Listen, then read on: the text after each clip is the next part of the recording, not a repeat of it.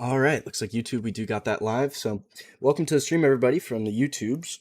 And this is going to be completely Q&A. We don't have anything planned to talk about. I know there's been a lot of questions about gappers, so I figured that would be something we would start with. But really, it's up to you guys. You guys can let me know anything you guys want to talk about. Or if you got a broader topic, if you want me to just spout off, then we can do that too. Some people with the mic on. We'll see.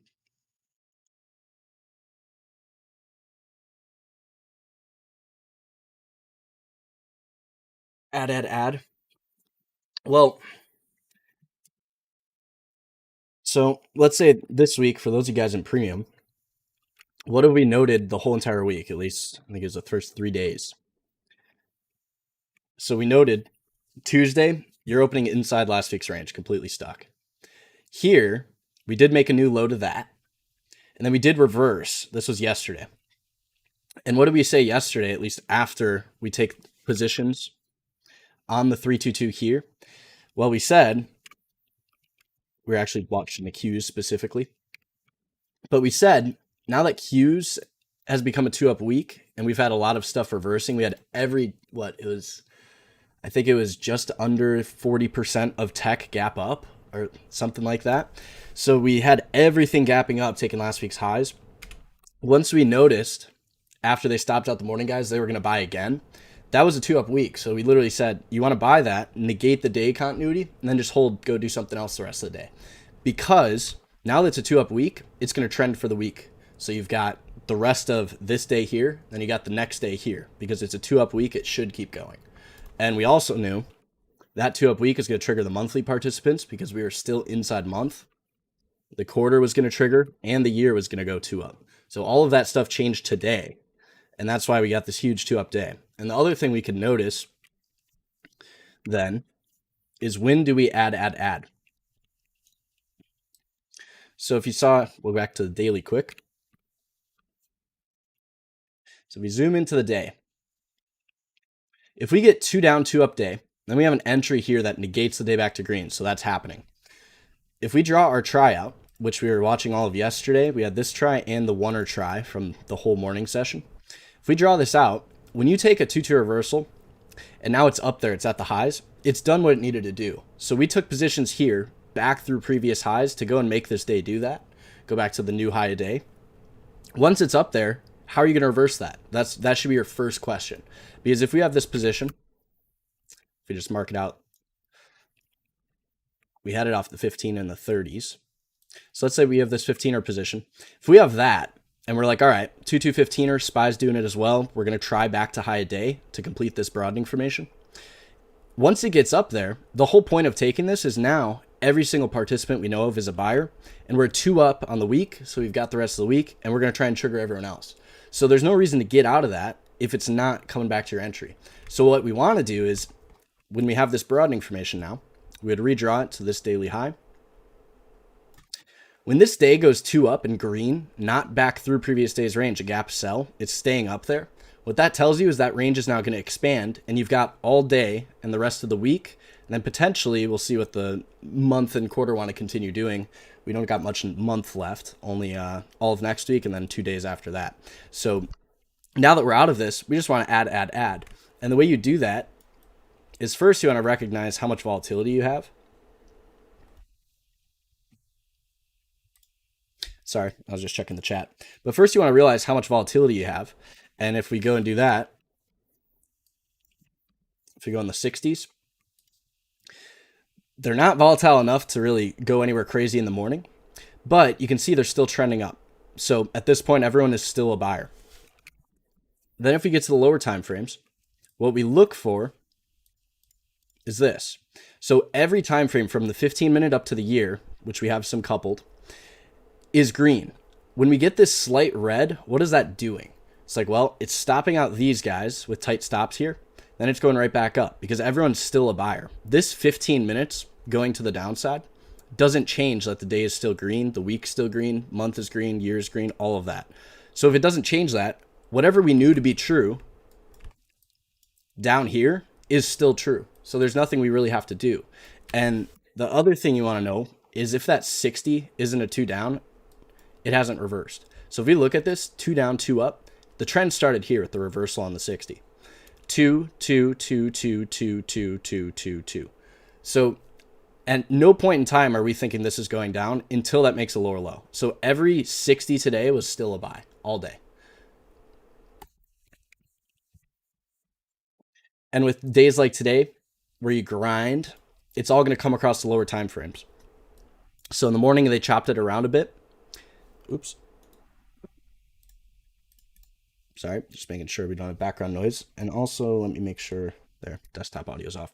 But when you have a bright green day like this, every time you get slight red where you stop guys out and people have a chance to get short, they're stopped out once again with a new signal. So you can see inside fivers up, hammer fiver up, inside fiver up, 3-2 reversal up, inside 5 in red, that's corrective activity, up, inside 5 again and up, and they just continue confirming. So at no point is this a short, and every single one of these signals you can trade. But with the strat, like we were just talking about before the stream, is you have to be willing to stop out, because not every single intraday signal is going to work right away. Some of them just won't work. So if we're looking at, let's say this one, it goes up, then it reverses here, and that would have been your break even. It's like, so be it. Get the next signal up. It's right here. And that didn't reverse till way up here. So you get to keep your break even, and you've got the rest of the day, the rest of the week, the month, and then we'll see what next month does.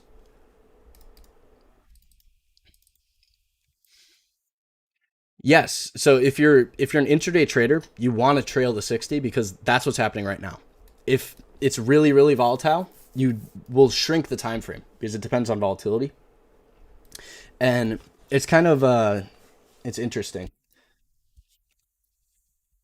Sorry, one sec. Can you get rid of the lower part of the chart to expand the main chart? Yeah, sorry about that. So the reason the red 60 is so important is because it's 60 minutes. So a lot of things can change in 60. Like what happened, what changed here? Like notice this. So we rallied the morning and it was kind of lackluster. It was a pretty crappy rally to be frank. And you could see your daily opens here. So what happened when we came down here? It's like, well, the intraday participants, the 15, the 30, and the 60 minute, right here, they countered what we knew because everything was a buy before. They're rallying in the morning. And then they go and sell right here, every single participant intraday. So for 60 minutes, the sellers are more aggressive. And what can that do? That's the next question is like, what can that change? That could change the daily continuity because it's got 60 minutes.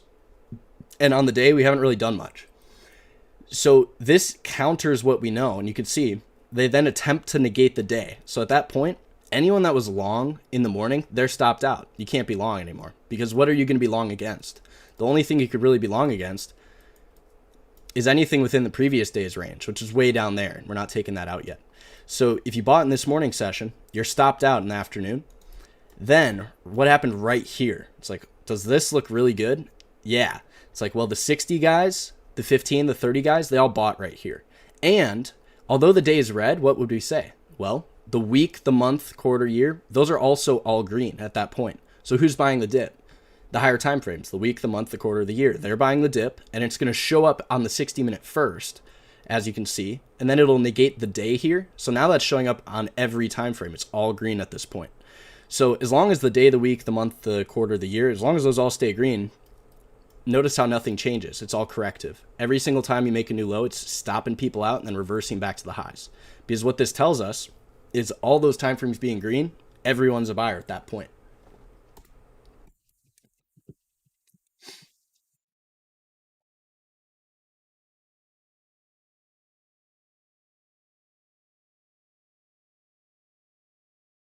Drilled into your head about tight stops, got me out of calls. Show me, tell me where you got out of calls, where you got in. I want to see.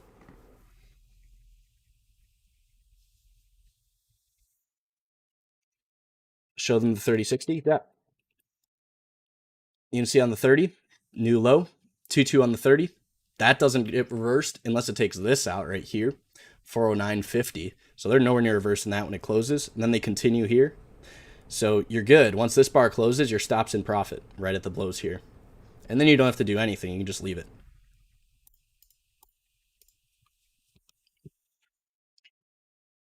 Yeah, so the 60, what it does is it determines which time frames are in control at that point. So if we're looking at this day's action right here, when the 60 flipped red, at that point it's just the 60 guys and the lower time frames to the 60. And when it flips green here, now you have the 60, you have the week, the month, quarter, year. It's like you have way more buyers than you do sellers.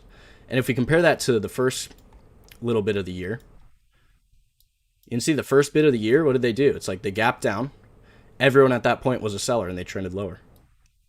And then the weekly guys came in here and they countered for a week. So you get 5 days to trade that. They countered what we knew, changed all the higher time frames to green. Anyone that was short before got to get out, and that's what we're seeing.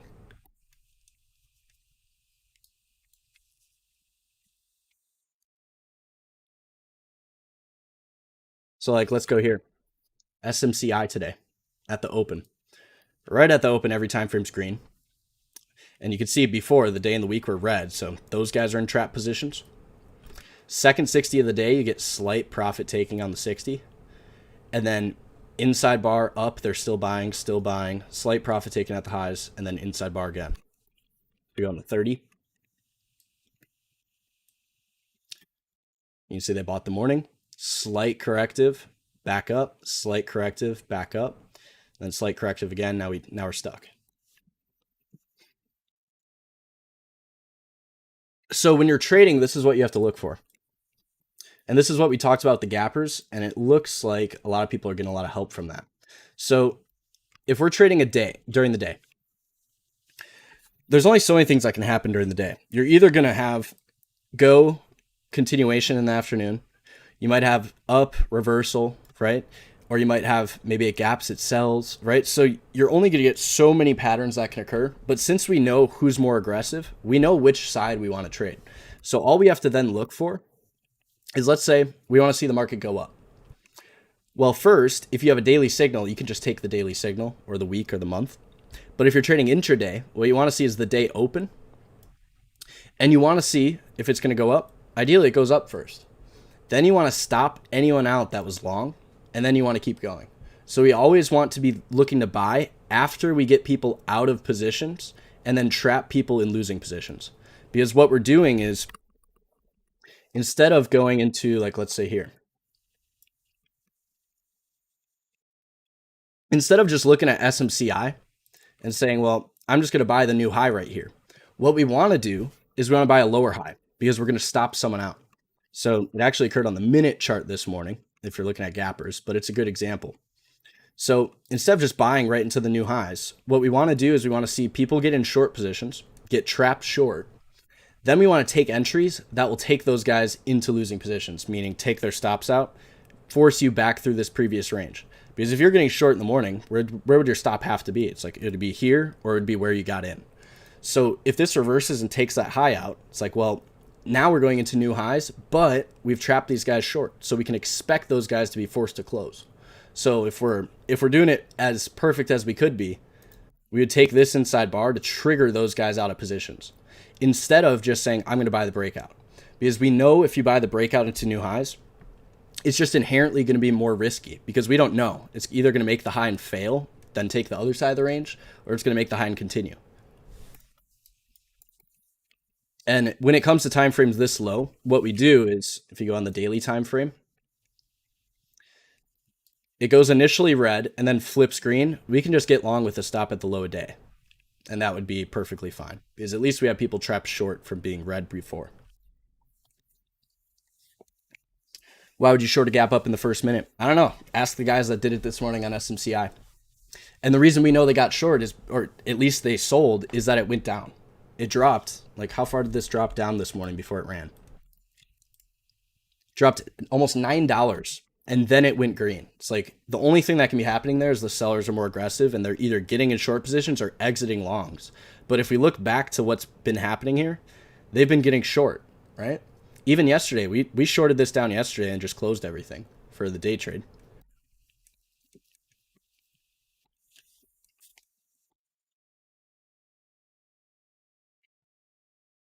Any thoughts on using strat with trend spider and signal stack to algo trade the strat? So when it comes to algo trading, the thing that is always going to be hard is automating the analysis of multiple stocks at once and then seeing how those correlate, because people inherently are a lot better at seeing patterns just really quickly. With a computer, it's a little bit harder to get the, I guess, nuance, if you would say, but it's possible. I don't have a specific strategy for you. We're actually working on that exact thing with what we're doing at stratalerts.com. So we're still working on automating that part. So I can't really give you too much. But what I can tell you is if you look for your simultaneous breaks and actionable signals beforehand and then put in those signals because you know those are the ones you want, they can definitely be automatically traded. And the way we would do that is like AMD this week would be a good example. So on Monday it was inside and up. So right away, how do we get long that if we want to be long? It's like, well, these guys are short, so we're looking to make new highs to that, but we don't want to buy into the new highs, right? We wait for these guys to get short first. Then when it goes green, we can be buyers with the stop at the low. And what we did is, since we expected higher volatility, we're still on the lower time frames right in the morning. And they had an inside fiver get in, Momo hammer fiver, and then another inside fiver, which was red, trapping short guys. And then you can see they just take off.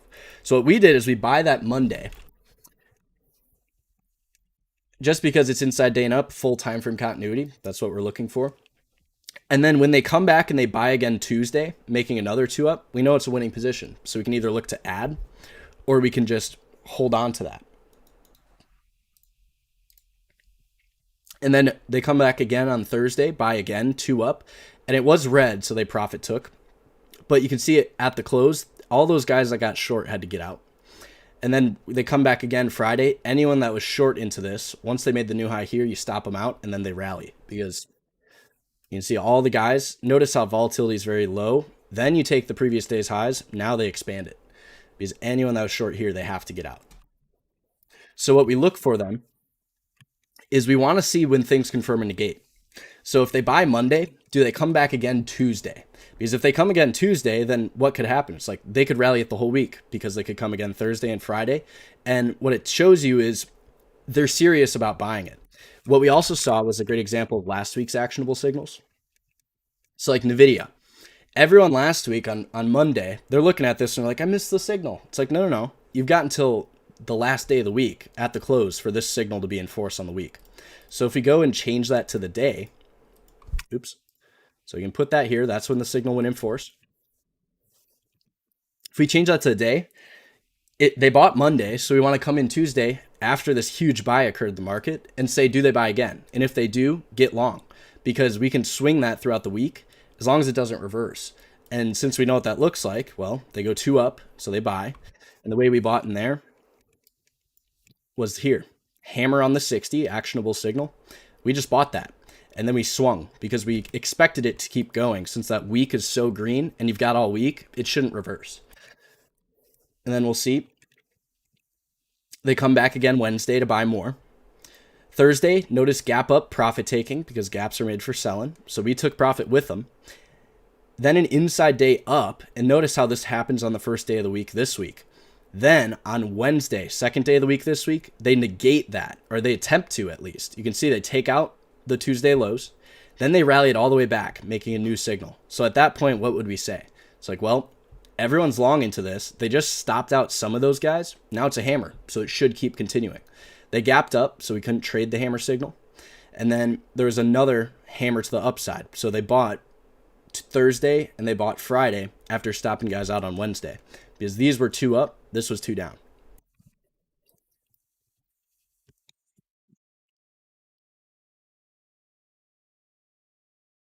You can't just trade the strat combo sheet, which is the trend spider indicator. Yeah, so the reason you can't is because the best winning trades will occur when you use multiple time frames, using smaller time frame participants to trigger larger guys.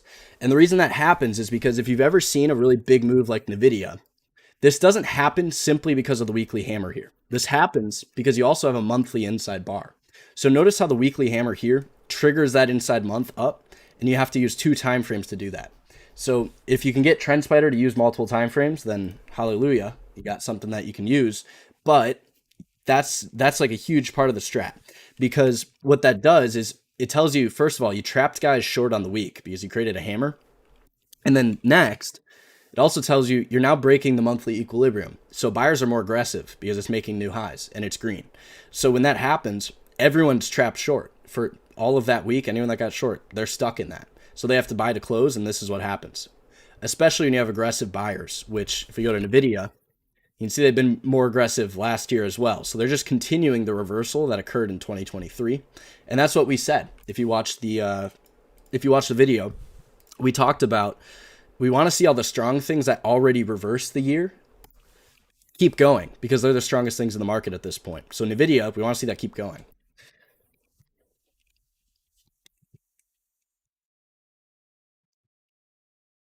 So buying pullbacks that last less than 60 minutes for the most part. So it doesn't even have to just be that.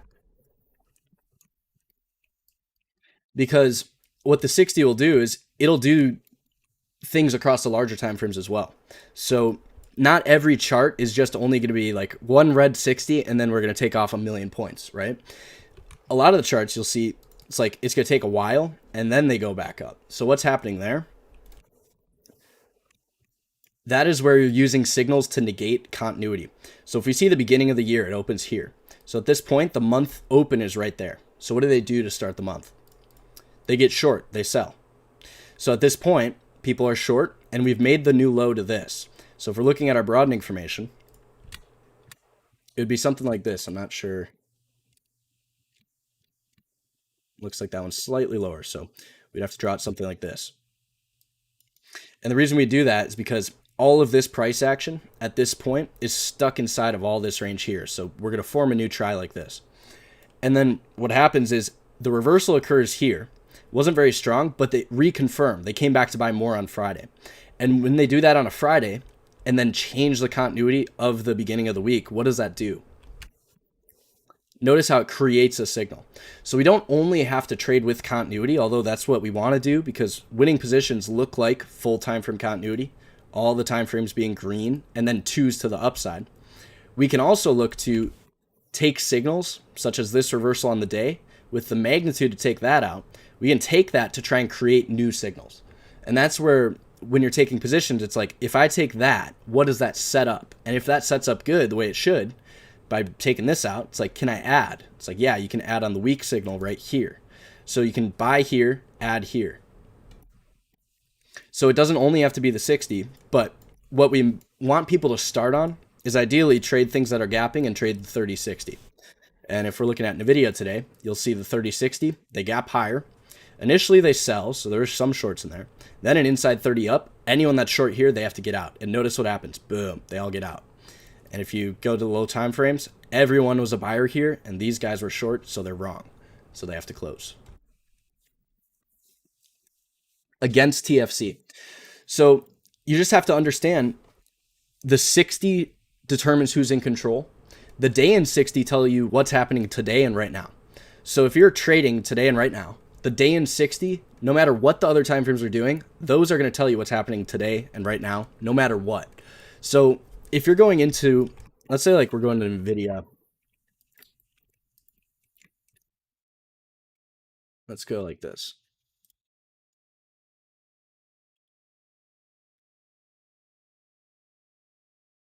So if we look at trading against continuity, what we're looking for is a period of control attempting to negate.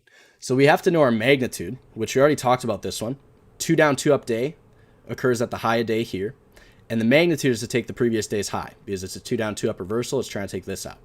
And for those that are just getting here, you can see 2 down, 2 up right here. It's trying to take this out, 492.97. So we know that's the magnitude as long as that doesn't reverse. So as long as the day does not become a 2 down, that's still good. Still trying to do that. Now, is it against continuity? It's like, yes, it is. So what's trying to happen here? Well, the daily 60 guys, just the day and 60, they're trying to negate the weekly guys. So you have today and right now to try and take that out. Then you'll see they fail to do so. The next day opens. So you have today and right now to try and take that out still, as long as this doesn't reverse. So it goes 2 down, 2 up. And that means it's a reversal to the upside, so we can try and long that. Notice the red to green move. They trap guys short, and then they go. Then we take the week out. So now at this point, we've negated the week, and at the end of the week, it's created the signal. So we've traded against continuity, yes, but we've now created a signal.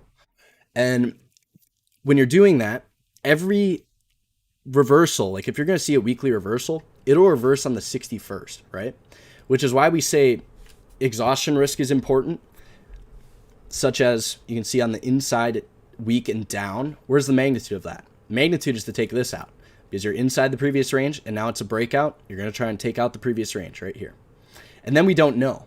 So what happens? We hit our magnitude, making the new low to that, and then it reverses. It's like, what does that tell us? It's like, well, we've hit our target, making a new low to the previous range of the previous week, and it's reversed. So what's it trying to do? It's trying to go to the other side of that previous range, which would be up into here.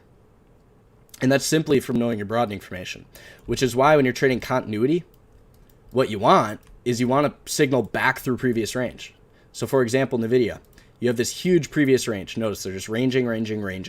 Makes a new low. Notice every time frame right here on Friday is green, right there. So what does that tell you? It's going to try and make the new high because price will take out one side and then go take out the other.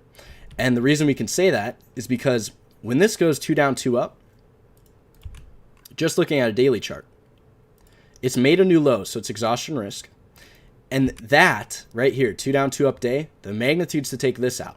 And you can see at that point, the week and month all are green. So you have all week and all month. And then they continue all week and all month. They go 2 up, 2 up, 2 up, 2 up, 2 up, 2 up, 2 up, red profit taking, 2 up, 2 up, 2 up.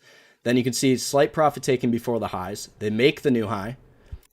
And then the daily participants sell, the weekly participants sell as well. So now you have day and week. They're starting to take profits off the new highs. And you can see that counters what we know on the higher time frames, but it's occurring after taking out one side of the range. So we know we're failing that side, attempting back through.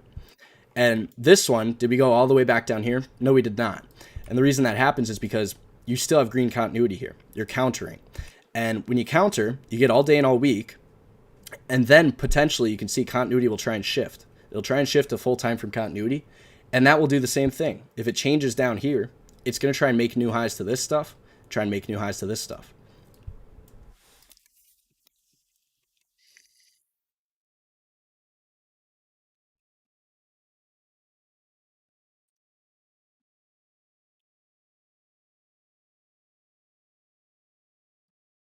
So time to your contracts, yeah. So when you're taking a position, Rob always liked to say it's like trading, it's like pool, because you're going to take one position and you're asking yourselves, what's the next move? Like, what's my next shot? Because if you can get good at pool by setting up your next shot, you can do the same thing in trading by setting up the next add to your position. So people will use really low time frame contracts like weeklies because they want the really quick move just during the day, which the strat can do if you're trading gappers or you're trading like pivot machine guns and stuff, can happen. But what we ideally want to do is we want to use larger time frames and longer options contracts so we can hold. And the way I like to do it as far as picking options contracts is based on intrinsic value, which was something I was told to touch on here. So let me take you a look here. So when I'm looking at an options contracts list, let's say we're looking at NVIDIA. Or actually, we'll go to AMD. This was one we traded this week. So when we're trading AMD on Monday, we have to be thinking of what our next move is. It's like, well, our next move is either add or hold or get out. And we're going to add if it continues. We're going to just hold if it goes inside day. And we're going to get out if it takes out Monday's lows, because that'd be a 1, 2 up, 2 down rev strat, and that'd be a big problem. And then we also have to ask, like, where's it going to go? How long do we have? So on the yearly basis, this is inside year and up. So what does that tell us? That reconfirms the tech rally, because that's an actionable signal, which is why we were looking at it. And the magnitude of that, we would like to make new highs to this. And the reason we would like to do that is because you can see this is your previous range. They make the new low. Anyone that was long into 2021, they're stopped out. Continuity changed here to green, so they buy.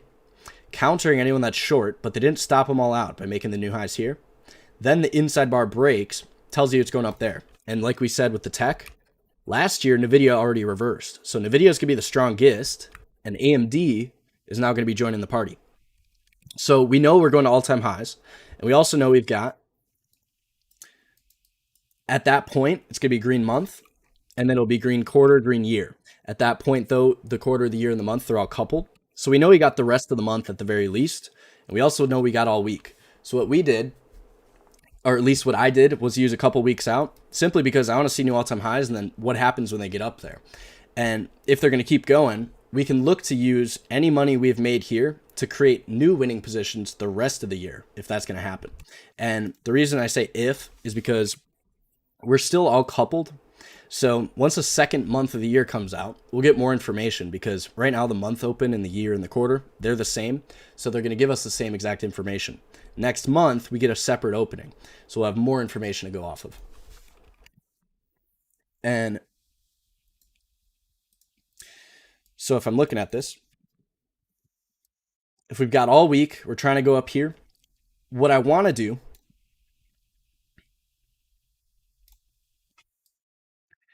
is take a contract that'll be worth more than I'm currently paying, but on intrinsic value. And what intrinsic value is the distance from your strike price to the current price.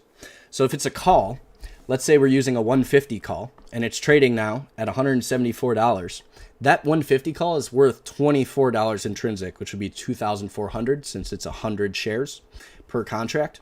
So any position you can take in any of these contracts, that would be worth more than $2,400 at its target. Let's just say we're expecting that. If those contracts are trading, let's say like $300, and they're a couple weeks out, you can expect $2,400 if it's going to 174. If we're only looking at our magnitude here, 164 target, we can go, let's say 2 weeks out, or to the, let's go beginning of the next month. And if we're trading it Monday, which we were trading the 5-minute on Monday, we'd be thinking 164. So ideally I want a magnitude 164, and I want a strike price below that, so around 160.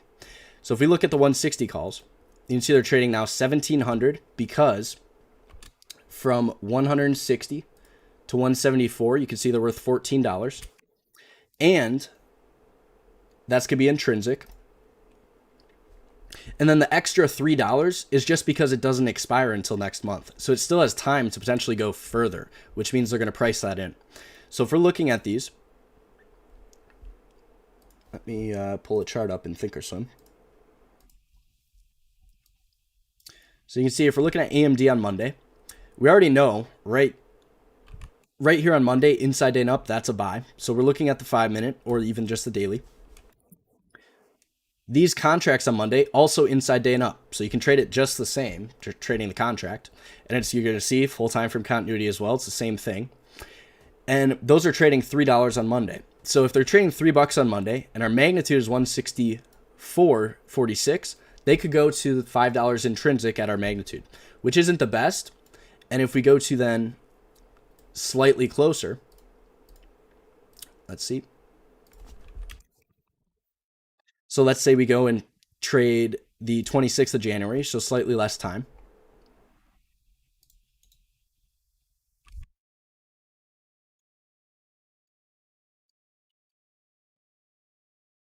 You're going to see on Monday, those are trading $1.49.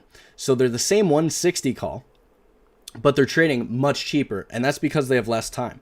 So if we know we have all week to try and do that, we can go slightly closer even and try and make more quickly, but you're always going to run the risk then of theta, because if it doesn't go in the money and hit your targets, the contract expires at nothing. So the more time you get, the less risk you're going to take on, but the more theta you're going to pay for, and it's also going to be affected more on like interest rates can affect options. IV can affect options if there's earnings. So you have to be aware of all of that stuff as well. But as long as that's an inside year and up, we know that's good. So if it stays up there, we want to stay long.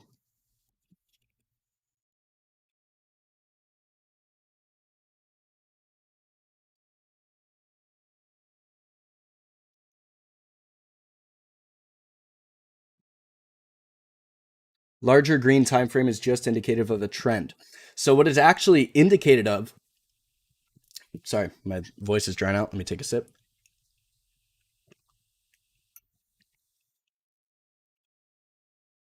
It's not trend, because trend is not what we're looking at when we look at a bright green candle. What we're looking at is aggressive buyers. That's not a trend. That's just the buyers are aggressive. If we're looking at a trend, it will be a 2. So if it's a 2, it's a trend, yes. So you could say it's trending up, but the green, the color, tells us they're aggressive. It doesn't tell us it's trending. It just tells us it's going up and it's aggressive. And the reason I make that distinction is simply because you want to, when you're trading, if you be as specific as possible, it makes it simpler, because people are always talking about, they're like, oh, news this, news that, this is happening here, and it just makes it more confusing, because they're like, oh, it gapped up and this news, I'm reading the report and this. It's like, no, you want it as simple as possible. So if we just look at that and say bright green, buyers are more aggressive, that's all we have to say, because that's all it is. And then it's like, well, if we're looking at the month,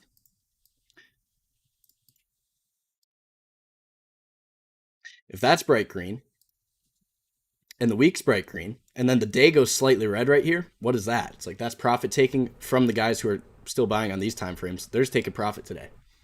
And then the next day, they're like, yep, we're back. Buy more. And you could see, like, if you're looking at this and you're like, oh, it's red, that's a trend lower. You can't say that. And the reason you can't is because it's not 2 down. This color just tells you the sellers are more aggressive that day.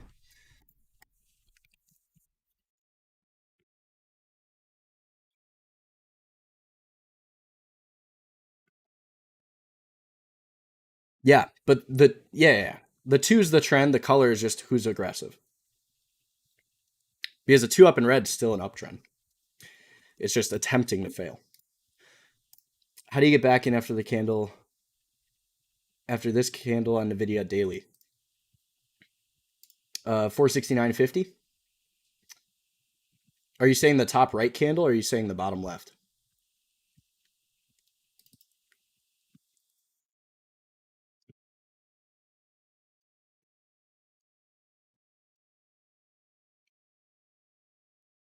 And I apologize for you guys in the YouTube chat. I haven't been looking, but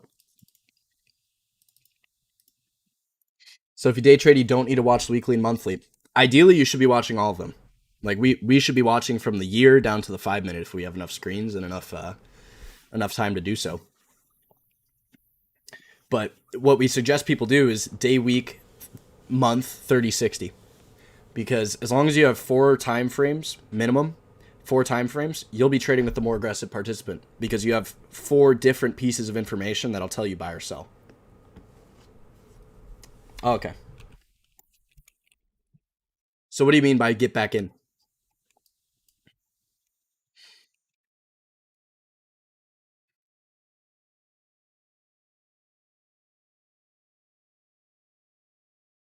Because this candle never reversed. 2 up in red, you can take some profit, but it hasn't even gone 2 down. It's still a buy. Because again, you have to make the distinction. That's a 2 up. It's red, but it's an uptrend still. It's not a reversal unless that shooter candle actually reverses, which is why we always say shooters and hammers, they're not inherently bullish or bearish. It has to reverse. Because what it tells you, all it tells you, this hammer here, it tells you people got short, they got countered by buyers. If they don't reverse and they go down tomorrow, whoever was short, it's like they have no problems. It never reversed. Yeah, so it's daily exhaustion. So they exhaust today. The next day, they just keep going. Like, if you're looking at the week at that point, is the week changing? Like, are you looking at the week and the month and the day? Because you got to look at all of them. It's like at that point when that day was red, the week's bright green. So unless if it went 2-2 from here, that would be a problem. But it didn't. You would just take some profit, and you could probably get back in the next day. If we go to the day here. So the next day it goes green. We know people got short the previous day, so we're trying to take that high out. They had a 2260, which, this is going to be hard to get in at the open. But then here's your inside 60 up. What does that tell you? It's going up. It's going to try and make the new high to this. You're not at exhaustion on the 60. It hasn't made the new high to that. And once you get up there, people got short yesterday, so you'll stop them out. So you can just get back in with more right here. Perfectly fine. And that's just the 60. On the 30, there's a rev strat, or no, I'm not sure. Give me my data window.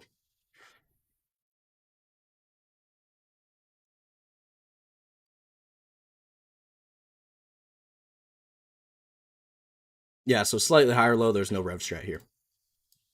But inside 60, that's 60 actionable signal.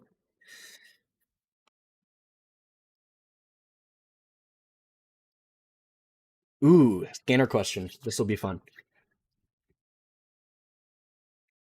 Yeah, so once again, when we say, let's say the 60 determines control of what's happening right then and there, the day determines control of today.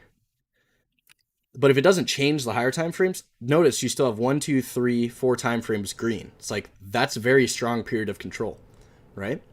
So this doesn't change anything. Buy, take some profit, and then they keep buying. Which is why we use the multiple time frames. Because if we're looking at the month, we can look at that month and we could say when it's bright green, before it's made that new high, when it's bright green right here, it's like, how's that going to go and take this out? It's not. So they're still buying this month. And then on the week, you're above that still. The day didn't do anything. So now we can get to the scanner. So we're at all-time highs. What's the best strategy to trade this? So what we have to realize is this. We talked about it in the video. It's a 3-1-2. So we're messing around with the 3, which is a broadening formation. So we got to be very, very aware of that. The reason we do is because if we trade up here and we go green, maybe they rallied even more. But if that goes green to red, now where's it trying to go? It's trying to go take this out, the other side of the range. So if that goes red this year, that's a huge short. But until that happens, we're buying. And the reason we're going to buy and what we're going to go buy is anything in force on the year. Oh, we got market cap now? Sick. Tom, you're killing it. Yeah, so you can, wow, Tom's really killing it. So you can see in here, new all-time high, question mark, question mark. So there's some things at exhaustion, but we have all these yearly signals. Notice here, 312, double inside and up, 312, 312, 212, 212, 312. All these are actionable and they have all year. So as long as these are in force, and if we go to the other side of the list, the bearish, and this list is smaller than the bullish ones, we're fine. And what we can see is like what's taken last year's lows this year. What can we go short if you want to do that? It's like go short the XOM, the APA. Those are in the energies. And XOM, we noticed, I believe it was on Wednesday, they took last year's lows. So it's like if there's anything to short, it's going to be this, below 97.48.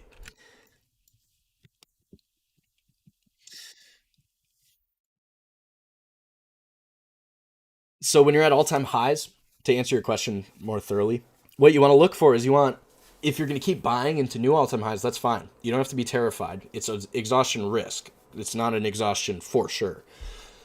You want to look for the time frames to stay green. So you're going to want to monitor the month, the quarter, and the year. Because if the month goes red with the day, week, month 60 selling, that's changed. Now you've got all month to be selling short. That would be something we'd want to know about. So like if next month went red, 2 up in red, we'd want to know about that. But it's not reversing. We just want to see what does it do. Does it try and go 3? But as long as they're all bright green going into the highs, nothing to worry about. And to give you an example, is like if we go to SPY or SPX, since there's more information.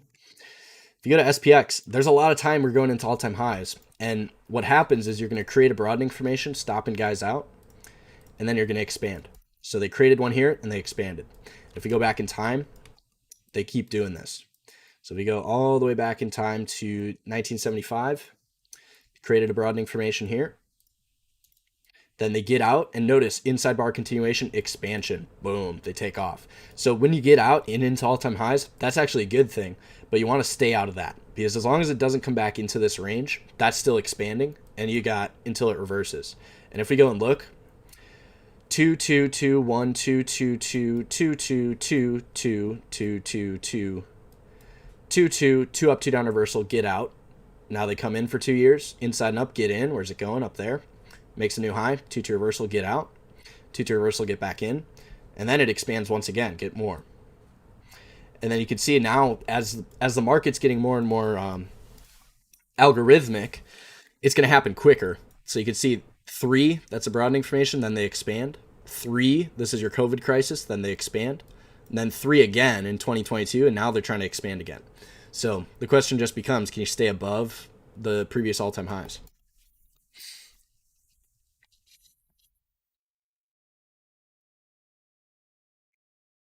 So people who missed the train. So NVIDIA, you had a few ways in. Well, if it's as long as it's a 2 up day, you can buy it. If it's green with full time frame continuity and still inside, you can look for signals, but it must be close to doing that. And you need a magnitude to go and take the previous day's highs out. That's going to occur in the first 2 hours of the day. So let's say we're looking at NVIDIA here. We get in for a Tuesday continuation, pulls back. This is the new open on Wednesday. So it's still inside day at that point. What you can look to do though is you can take this 2260. Once it makes this high though, then we don't know. And you can see we have CPI come in. They stop guys out. And then you get an inside 60 to try and get back in. And that one break even stop stays good. Then you can get it into the highs. And then it stays good as well after they try to stop guys out on second day of the week this week. And then even right here, this was today. Here's your big hammer 60, 2-2 momentum to the upside. And then you have another, I think this is a 3-2, but on a lower time frame, you're gonna have 30s. So you can absolutely go in and reconfirm what you know to be true. What you want to look for though is you want people to get short first against what the higher time frames are doing, and then take the signal. So you can see like on the 30 down here, you had the 30 here, inside 30 up after everyone got short and after you made the new lows, stopping some guys out, and then you get a nice trade. You never want to go in here and it's like, oh, it's going into new highs. Now it's a 2 up day and just start buying here. That's not what we want to do. We want to make a new low, then come back through. Yes, and so when you have signals in force, like the months in force, the weeks in force, and they're both signals in force, any additional actionable signal on a lower time frame is a signal worth taking, because what it's telling you is that break is getting reconfirmed. So a way to think about it is like this. This is that weekly rev strat hammer up. When we see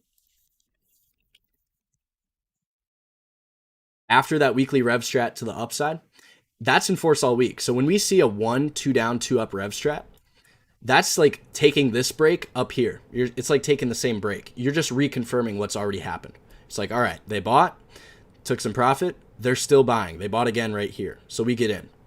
And then here's a 3-2. It's like that reconfirms what we know. Get back in. And you can see they stop people out first, taking this low, and then rally it back. So we can do that. And then here, it's like they stop some guys out. That's a 2-2 reversal. That reconfirms it. We're getting back in. Once it makes this new high, it does end up reversing here, so it's going to be a small trade, but hopefully you can see that.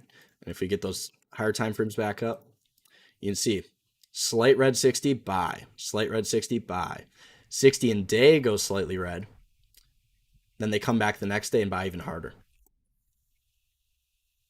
Yeah, the 60, it'll tell you who's buying. Are they buying or selling right now? 60 is right now.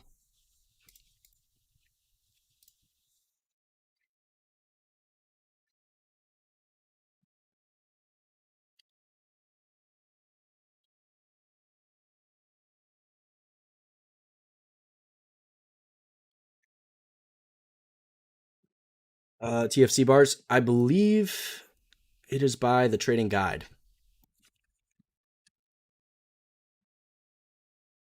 He had a Twitter post about it.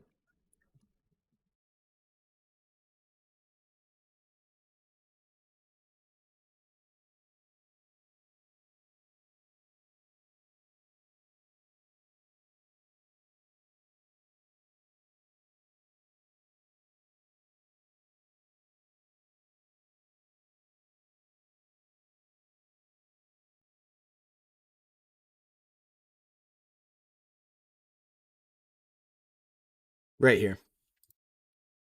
So I'll put that link in the Discord and into the YouTube for you. Do we mentor at all? Yeah, we have stat trading. So I guess for those of you that do not know what we're doing, just coming off the YouTubes, we have stratalerts.com/Discord. You can get into the free side of the Discord, and we have a lot of pretty good traders in there, as well as moderators as well. And sometimes we do things like this where we go live. So you want to get in there, and if you want to check us out, it's just stratalerts.com.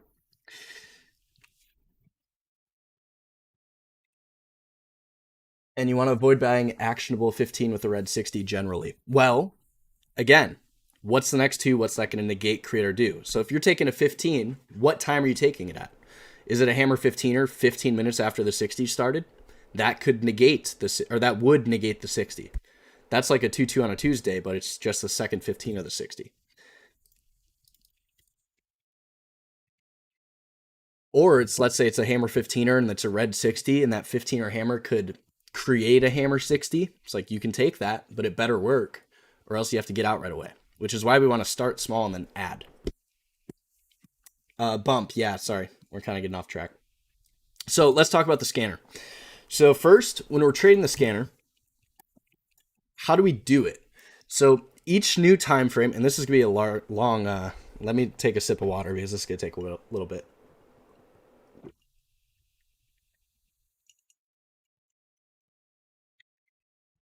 So when each new time frame opens, it's either going to confirm what was previously happening. So if you have a 2 up, that's a higher high and higher low to the previous range. That was trending higher. So like let's say right here on NVIDIA, they go 2 up and they buy. So the next 60, it's either going to confirm or negate that. So if we're going to have a short, we'd have to take the low out here, ideally. Or it could go 2 up in red, which would also start negating, but it's only a potential 3. It's not actually reversing at that point. We don't know. So what we're going to be looking to do with the scanner is confirm or negate everything across the market. So what we would say, for example, it's like, why were we looking at NVIDIA on that hammer rev strat week last week? Well, the reason is because the first week of the year, everything sold. You can see it's red, everything sold.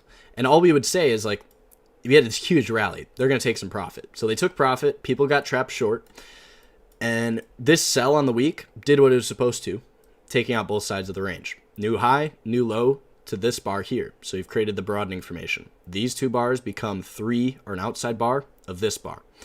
So the second this week opens and goes green, what do we want to scan for? We're going to want to scan for anything green taking last week's highs, because anything taking last week's highs tells us, well, the market, people shorted the market last week. Now it's green here. So if you're short from last week, your stops are last week's highs. So if it's taking out last week's highs right on Monday here, when this goes green, that's a buy instantly. We know that. And we saw NVIDIA, and we had a turnaround list that we were watching, and it was specifically, this is something, we'll pull it up. I just want to pull it up because I'm going to show you guys, this is what we're talking about. You're going to have to let me know if you can hear it in Discord or not. And I don't want to accidentally share anything I'm not supposed to. I don't know if YouTube has like things I'm not supposed to show. It's an unlisted video, so.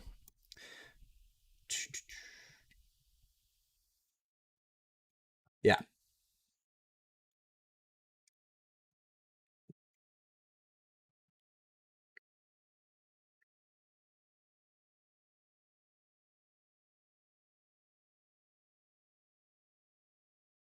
So what are we looking at into the second week of the year? We want anything that's negating what previously happened. Because if we're going to negate and go reversal, it's going to look like a 2 down, 2 up, or an inside and up. Inside and up would be stronger. 2 down, 2 up would just be stopping guys out. So here we'd be looking at actionable signals to the upside. If the market turns around the second week of the year, anything doing a 1-2-2 rev strat with a hammer, such as anything on this list here, that's a buy. So what we can say is Crowd and D-Dog, that's the two cybersecurities. We can say PayPal is doing that. We also noticed Love was doing that. And Love was doing it with UAL, and UAL was doing it with DAL, and DAL was doing it with JetBlue, and all the airlines, they went up that week, or they're looking to go up that week. And you can see they also had full time frame continuity with the actionable signal. So we can really expect that to work. So what we can then do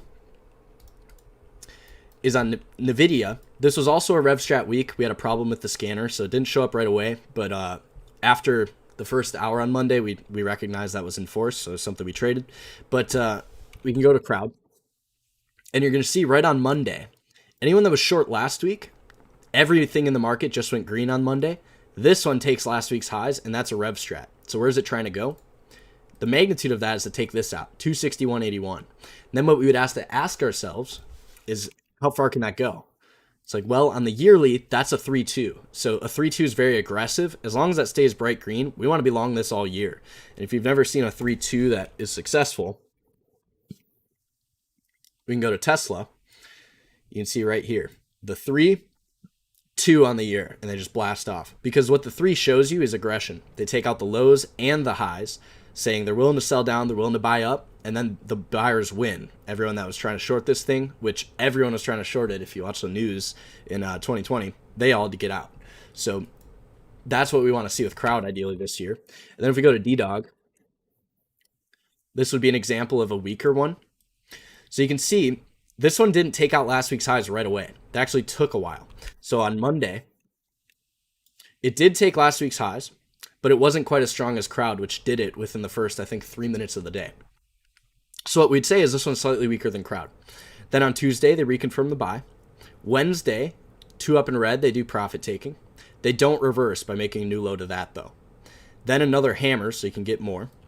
And then we go into new highs right here, which creates exhaustion risk on this day.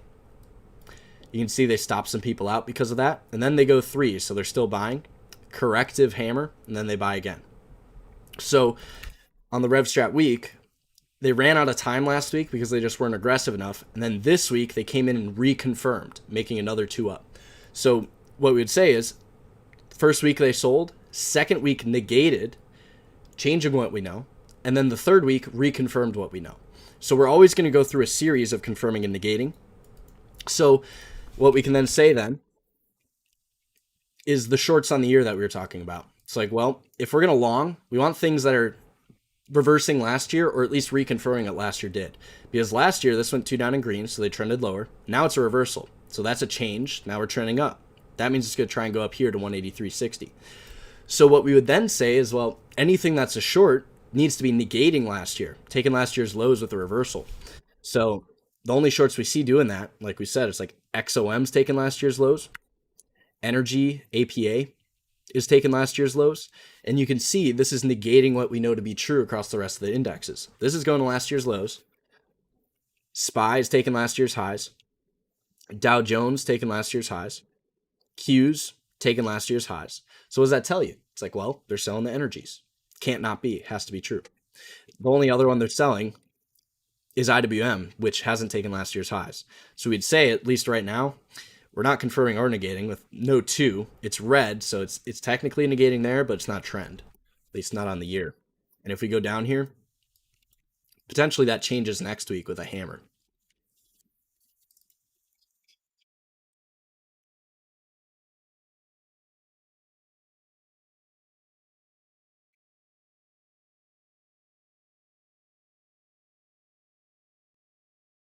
Wow. ICT says the exact same thing. That's crazy. I've always said they're so similar. Once you make the new high, we don't know. Bump your stop. That's awesome. So an example of, let's say, confirming and negating, we also had UAL. So this one they countered afterwards, but you can see the rev strat negating what the first week of the year did with the indexes. So trap guys short, boom, boom, boom, boom. They take out all the targets. And then you can see Thursday. This is why when things occur matters. So they buy all week. What can they do on Friday? It's like, well, they might take profit. There's a gap down, and I believe that came from some airline news. We had the weekly signal here, so we just had to get out of anything we didn't take profit on at our magnitude. But when that gap's down, it's like 3 days worth of buyers are now underwater. And anyone that bought into these new highs, they're really in trouble. So when that happens, it goes red here, day in 60. And that, what does that do? It's like that counters what we knew to be true. Now we're a 2 down day. So what are they attempting to do? Attempting to take out the weekly open. And if they do that, now you got 4 days worth of guys long that have to get out. So they're going to get out even quicker than they got in. So that's an example of negate on the week, and then they actually negate on the day here to negate the week. So they would buy Monday, confirm Tuesday, reconfirm Wednesday, reconfirm Thursday, negate on Friday with the gap down.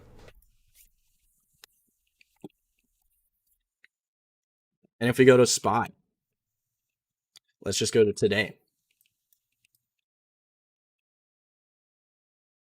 Did they ever negate what we knew to be true with the 2 down? No, they didn't. 2-2-30 reversal here. Not a single 2 down 30 until right here.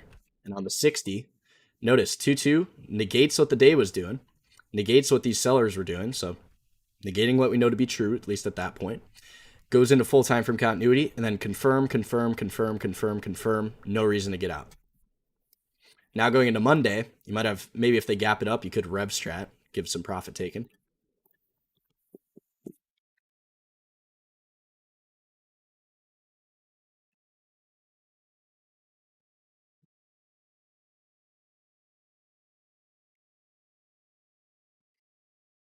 So when you're talking about broadening formations, you can either draw it out as a broadening formation, or you can think of it as levels of reclaim. So if we're thinking of levels of reclaim, what we're talking about is when you go inside of a previous range. So all of this price action, when they fail to make the new high here, now all of this stuff gets stuck inside because they failed to make new highs and they haven't made new lows to any of this stuff. So if we're looking at a really high time frame, like a month, you can see all these 3 months stuck inside of these 3 months. So at that point, we're starting a new broadening formation in here. So what we'd say is we want to see levels of reclaim. So we can identify, they make a new high to this high, and then this would be the previous low. So they make the new high, they fail coming back in, they don't reverse until right here, inside and down. And then anyone that was long with stops at these lows, you take them all out. Now, if it's going to recover, you need to get back above that previous low and stay, because that would make the new high to this and complete your try, where you go into highs, lows, and then new highs.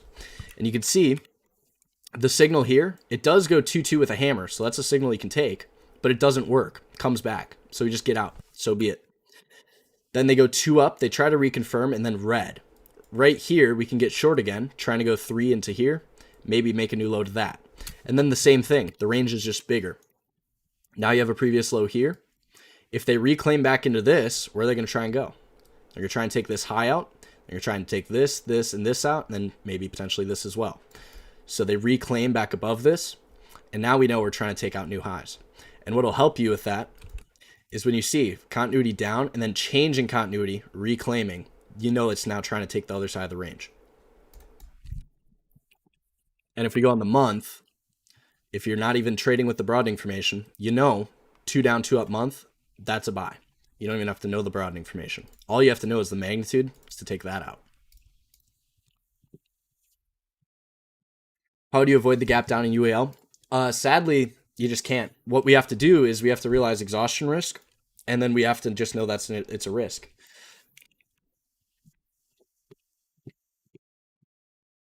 What I like to do is I'll take my signals, we'll add to them. Once they hit target, take some profit if we see reversal, and leave the rest, because the rest is their money. It's already a winning position. It's not our money at that point. It's still theirs until we take profit.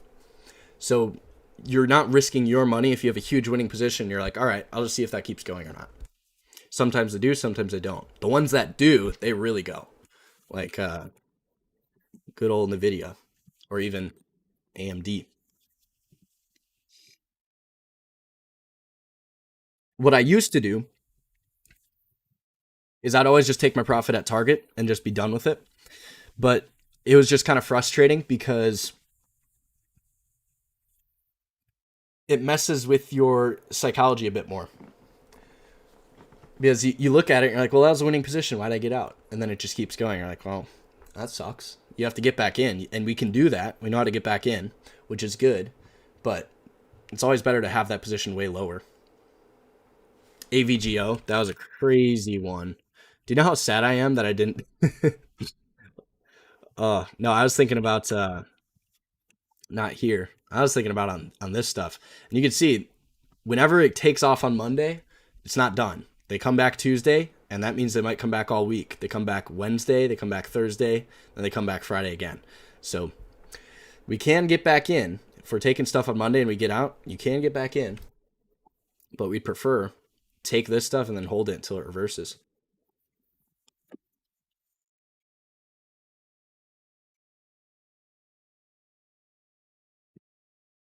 Day trades versus swing trades? I guess it depends. At the beginning of the week, if we have a lot of signals on the weekly basis, that is a week where on Monday, take swing positions on the weekly signals. Tuesday, we'll go in and then day trade on the lower time frames and look to day trade in the direction of our swing trade because we already know it's working. So like that's what ideally what we're looking to do. And then what we also look for is the second day of the week. Anything 2-2 on a Tuesday, that's good to know about because you trap people on Monday and then reversed. So we can go and trade that stuff too. Hold the day trade and turn it into a swing? No. You look at the higher time frame because you start at the higher time frames always. And then the lower time frame, anytime it reconfirms that, it's reconfirming what you know on the higher time frame. So it's doing whatever the higher time frame's trying to do. So like if we're looking at, like let's just say we're looking at a 2-week chart. It's like if that's a hammer and force, any new signal is a reconfirming signal of this break. It's like that break occurring all over again on any time frame. So on like a 3-2-2 day, that reconfirms the break on the week. And I think that actually triggered it. But no, I think that reconfirms it. And then obviously they really took off today. And you can see, how do they reconfirm in the morning? 2, 1, 2 continuation, get in. Because that's a measured move. Where's it trying to go? $25 higher than the trigger. Or about 25. You can see they do about 37. And the measured move is you get a big, large move, a brief pause, and then that same size move. And the best ones happen when all the time frames are buying.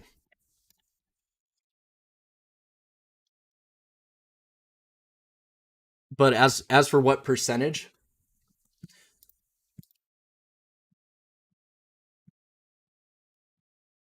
I think I stand with what I said before. It kind of depends on the week. Like at the beginning of the week, this week, what we noticed was SPY and Qs were all inside week. So we were like, yep, every 60 is going to change. You can trade them, but we'd prefer to go trade something else, which is why we were trading AMD this week on Monday with like NVIDIA and some other tech stuff. And then also we had the energies, which you can see shooter week down, 2 down again, reconfirming that. And then the Rev Strat day here reconfirmed that sell. So that was another thing at the beginning of the week. Sadly, I wasn't on those really. I was more on the tech stuff.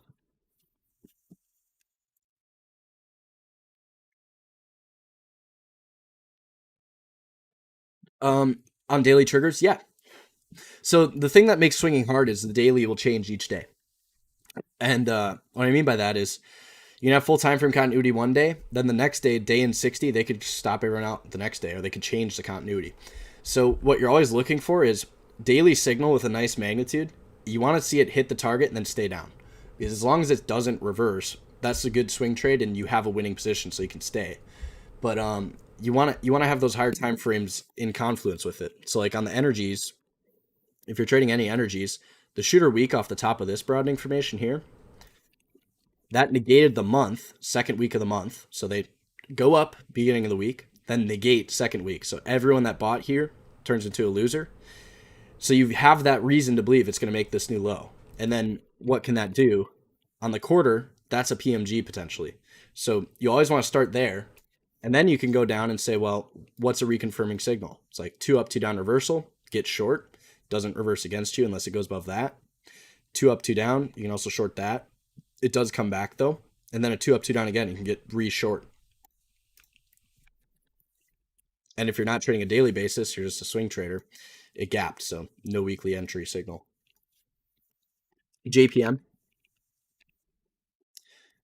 So JPM, look at the week. What are the thoughts? Well, they got short last week. We did reconfirm that by going 2 down. So it hasn't reversed, but they are going up on what basis?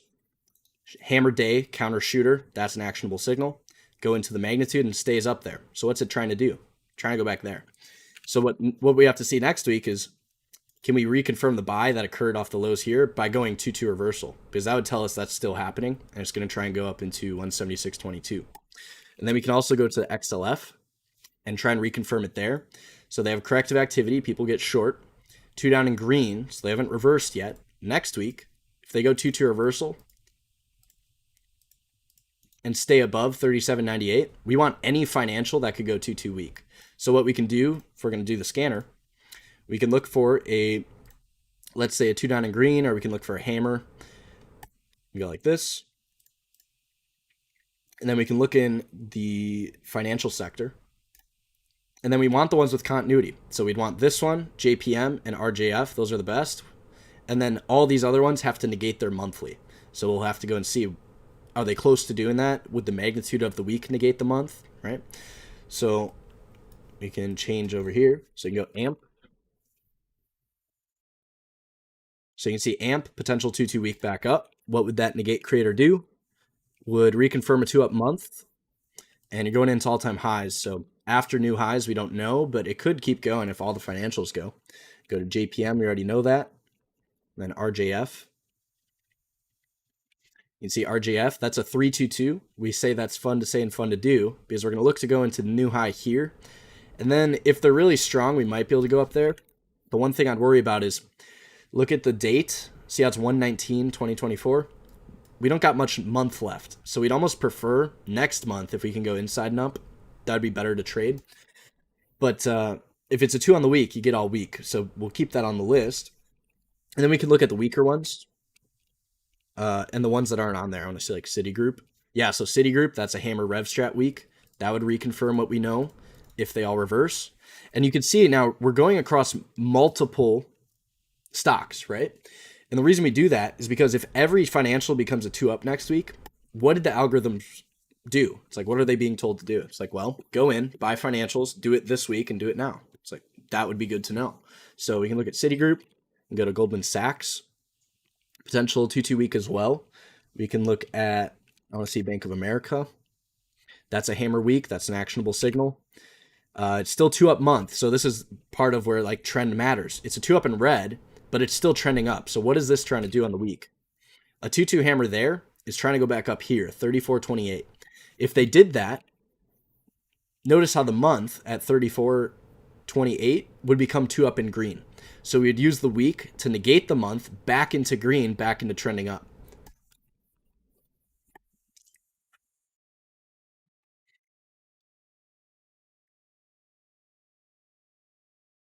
What is negate?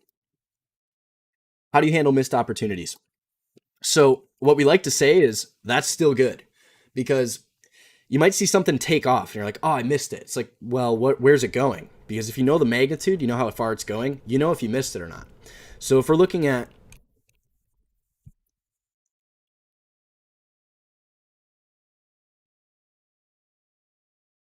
actually, let's go to crowd. So if we're looking at crowd right now, what would we say? It's like, well, the magnitude's to take this out, 298.48. So if we're gonna take any trades, you got like $8 to work with. So that's something you can still go and trade because it's still trying to take this out on the yearly basis. So you get all year to try and do that.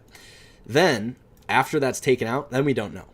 So if we know it's gonna try and take that out, we can continue to buy before it gets there. And we ideally want to be as long as we've ever been once it hits that target. Because like many things, if you go to AMD, for example, it'll make new all-time highs and then keep going. And NVIDIA is an example of that. It's like it'll make the new high and it'll keep going. But what we don't want to do is buy into new all-time highs. That's not the plan. Never is going to work out very well.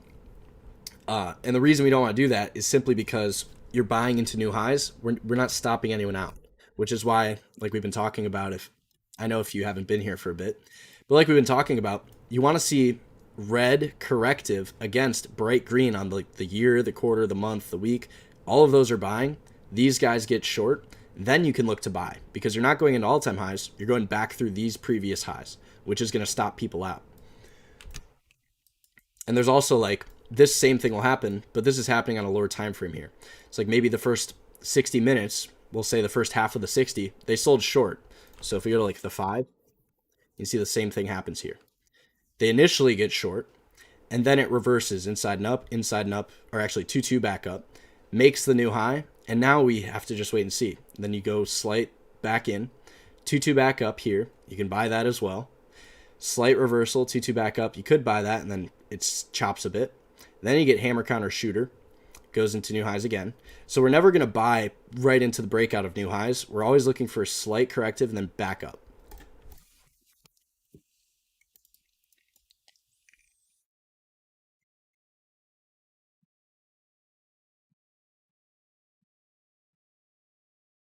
Awesome. I'm glad it's been helpful. And again, I said before, I was like, I got all night, so we can keep going as long as we need to. Can you explain a failed two? So the market is either going to trend or consolidate or fail to trend. And the failure to trend is going to be a failed two. So, for example, we'll go to SPY. This is one we traded in 2021. And it's very simple. So a two up in green is a successful trend at that point because it's two up. Buyers are more aggressive, so it's going up. The buyers are in control. A two up in red, the buyers were more aggressive. They're willing to buy and make new highs, buy above the previous highs, right? Because it went up there, it traded up there. But when it goes red, now the sellers are selling. So buyers more aggressive, sellers are selling. That's an opportunity for buyers to get whomped where you take them all out. So when that goes two up in red right here, that is a very extreme sign of caution because that's trying to go and take this out down to 365 and take out both sides of this previous range. And if you don't know what a 1, 2, and a 3 is, I forgot to explain. Again, I'm sorry if it's something that you don't understand, correct me or make me talk about it. But a 2 is going to be a higher high and a higher low to the previous bar. So you can see the new high and the higher low to this bar's range. A 3 is you take out both sides of that previous bar. And then a 1 would be, we haven't had many. A 1 would be inside, which is consolidation. So it's going to consolidate or it's going to trend or it's going to fail to trend. Two up in red.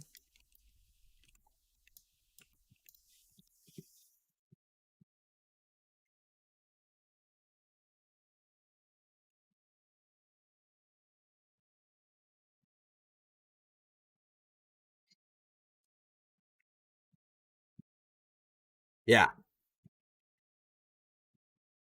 100 bagger. Another hour on the scanner. So I guess we could talk about like what the scanner will let you do. So we want to look for actionable signals, and these are the actionable signals. So we want 1, 2, 2s. We want to have 2 2s with hammers and shooters. We're going to want hammers and shooters on all of them, which is something you can scan for in the tags. And then we can also look for, if it's not hammer and shooter, 2 down in green or 2 up in red. Because what this tells us is 2 down in green, it's trying to go 3, take out both sides of the previous range, but it ran out of time. So what we can do is confirm that by going 2 2 reversal. So like we were talking about, we can even go to the month. We can go and say, well, what's 2 down in green, 2 2 reversal to the upside this month in force? And no market cap. So we only have one thing, Walmart. 2 2 reversal on the month. You can see the trigger occurred at 158 through to 3. Currently 162, so it's winning. Target's 169.94. So this would be an example of you can go in and you can confirm what's happening. So on the month, 2 down, 2 up, hammer and force. Trying to go back up there.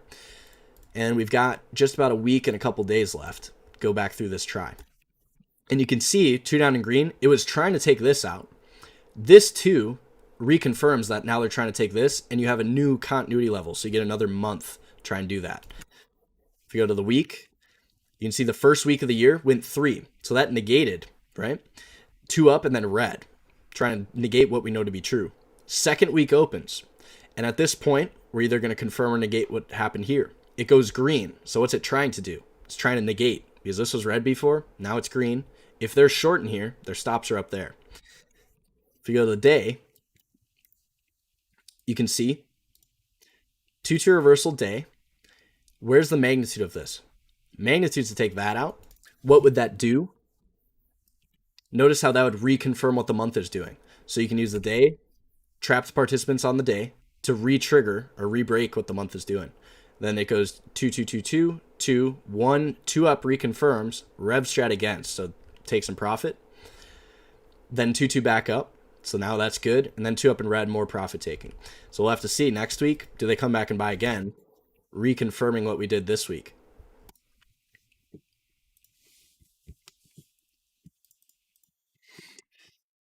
If the monthly is green, you can buy anywhere on the lower time frame until it's below trigger. So yes, but you're going to get stopped out more often. If you can pick your spots, makes it a little easier. And what I mean by that is What you want to do is you want to see a new broadening formation where you take out both sides of the range and then reverse back through it, because that's what we're trying to do. That's what a winning trade looks like. So can you get in here and get long in all this stuff? Yeah, you can. That's a triangle layout. You stop guys out on the daily basis. When we do this, that stops them out on a weekly basis. So when it reverses back up here, now you got way more range to go through. Because if we're trading daily signals, this is your trigger, this is your magnitude. This is your trigger, this is your magnitude. This 2-2 is your trigger, this is your magnitude. Now, when this 2-2 triggers, notice how your magnitude's way up there. And then if it's going to go up there, what can it also take out? It can take that too. So your range is going to be a lot bigger after you wait for people to get stopped out. And this is where we want to be buying ideally. And you can see like a bull flag. So kind of, but the reason we want to make the distinction between is it a bull flag or is it a 2, 1, or a 3 is because when we go to the higher time frame on the month, there's no bull flag, right? It's just a 2-up month. So we know that the pattern is not relevant. What is relevant is what's in force happening right now, because the pattern can fail or it can work. And what's happening right now is what's happening right now. Can it change? Yeah, but we would know if it changes. So we want to make the distinction between a pattern that gets evaporated the second you go to a higher time frame and candlesticks, which are 1s, 2s, and 3s, which cannot be refuted.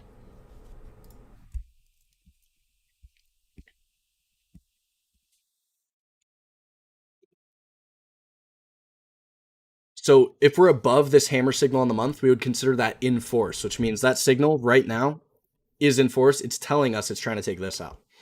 If it falls back below, we would say it's a nothing.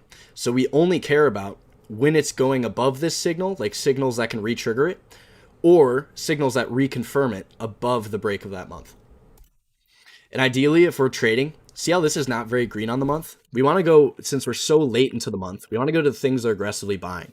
So we can go to NVIDIA, and like this is something we've been trading since the beginning of the month, just because it's been so green and aggressive to start.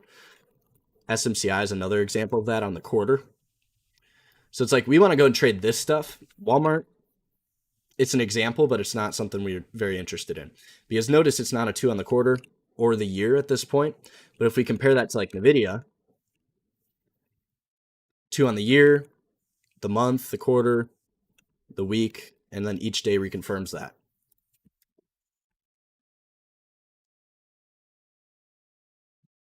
So when you reach the trigger in a higher time frame, do you enter right away or look for a time frame to pull back? So what we say is let them open.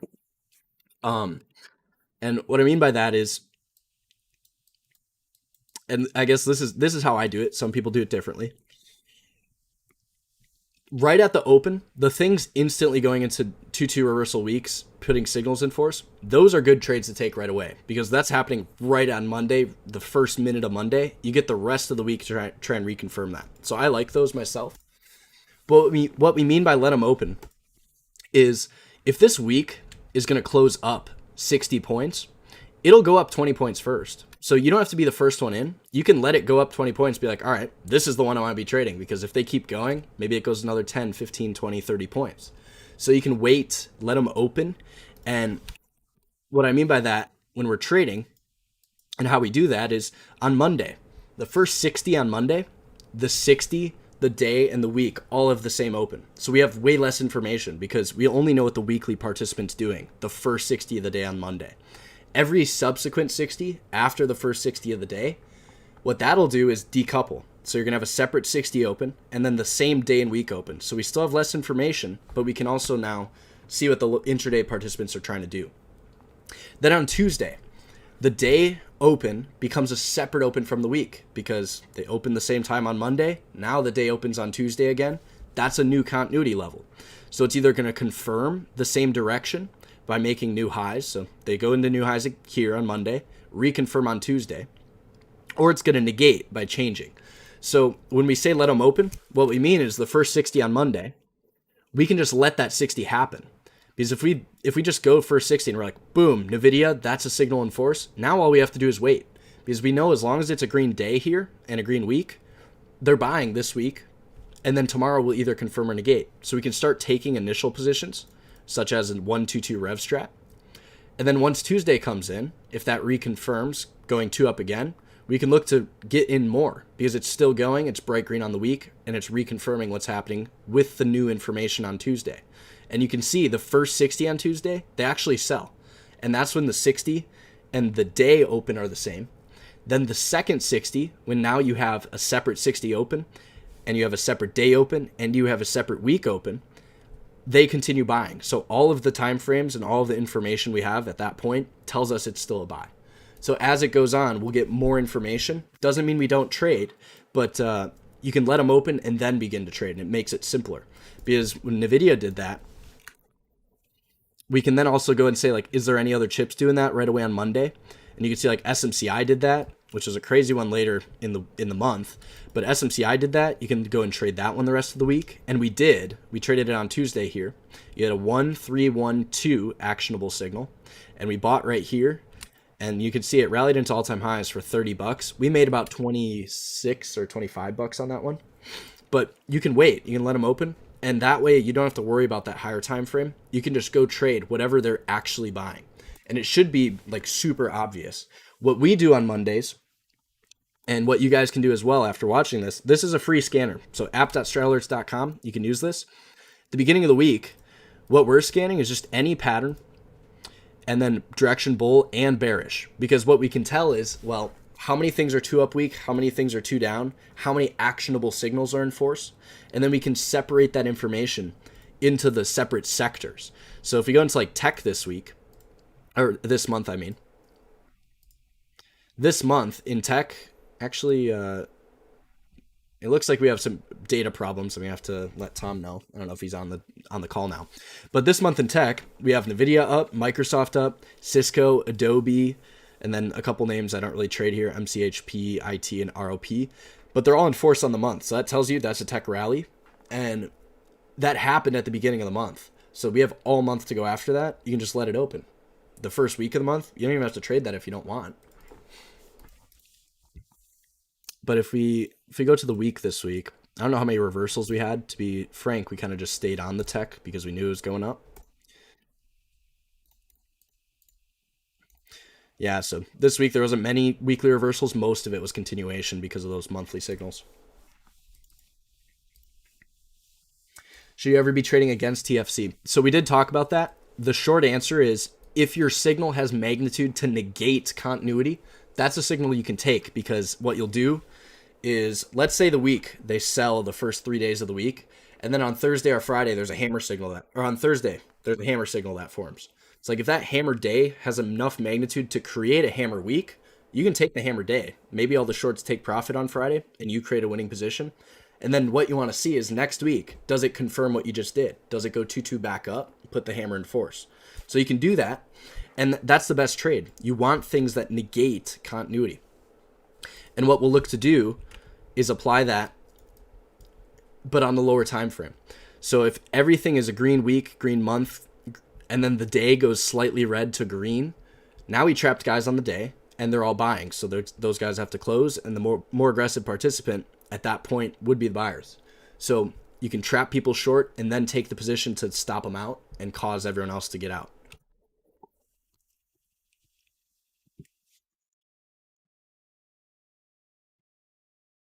I hate threes because they always stop me out.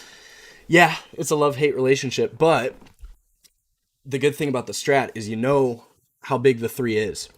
Because we love, in the morning, what we like to do is like, we'll get big threes like this, and then we'll just play the 3-2. Because what that tells you is that's still happening the second 60 of the day, and you can just keep buying. And obviously sometimes they fail, but we just get out. And then maybe it goes 3-2-2, and we just get short. It's like, well, the try's going the other way, 3-2-2, let's get short. The longs didn't work, so be it. You just have to be willing to let the losing position go, forget about it, move on to the next.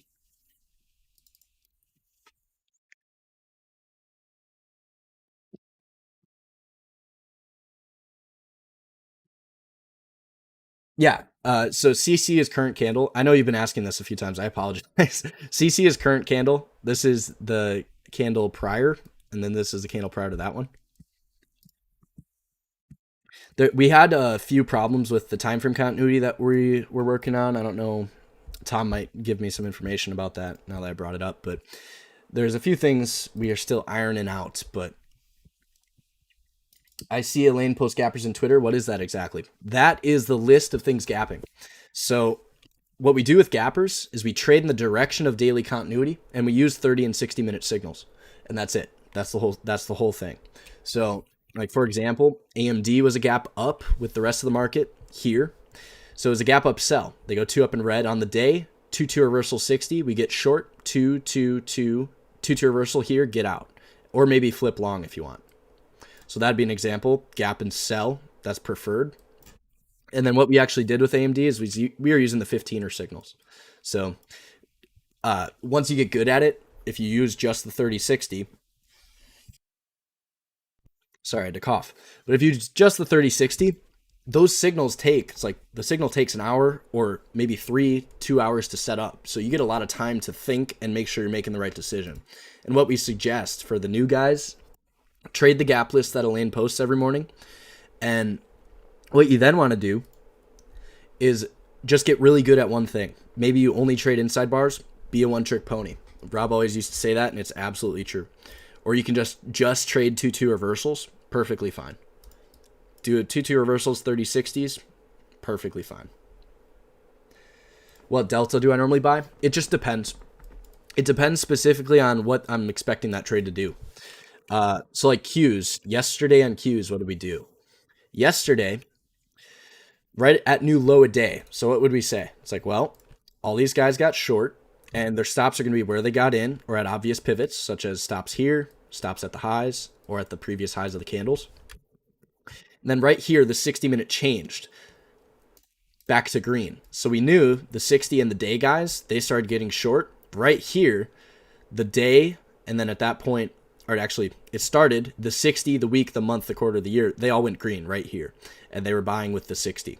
So at that point, we get long. And what I'm thinking is if this works, it's going to new highs. And then if it continues to work, since we're a 2-up week, we're going to continue trending Friday. So what I did was I just used 413 calls with Friday expirations. And then today, took a few partials and then let it rip. Because it never went 2 down 60. So this 2-2 is still good.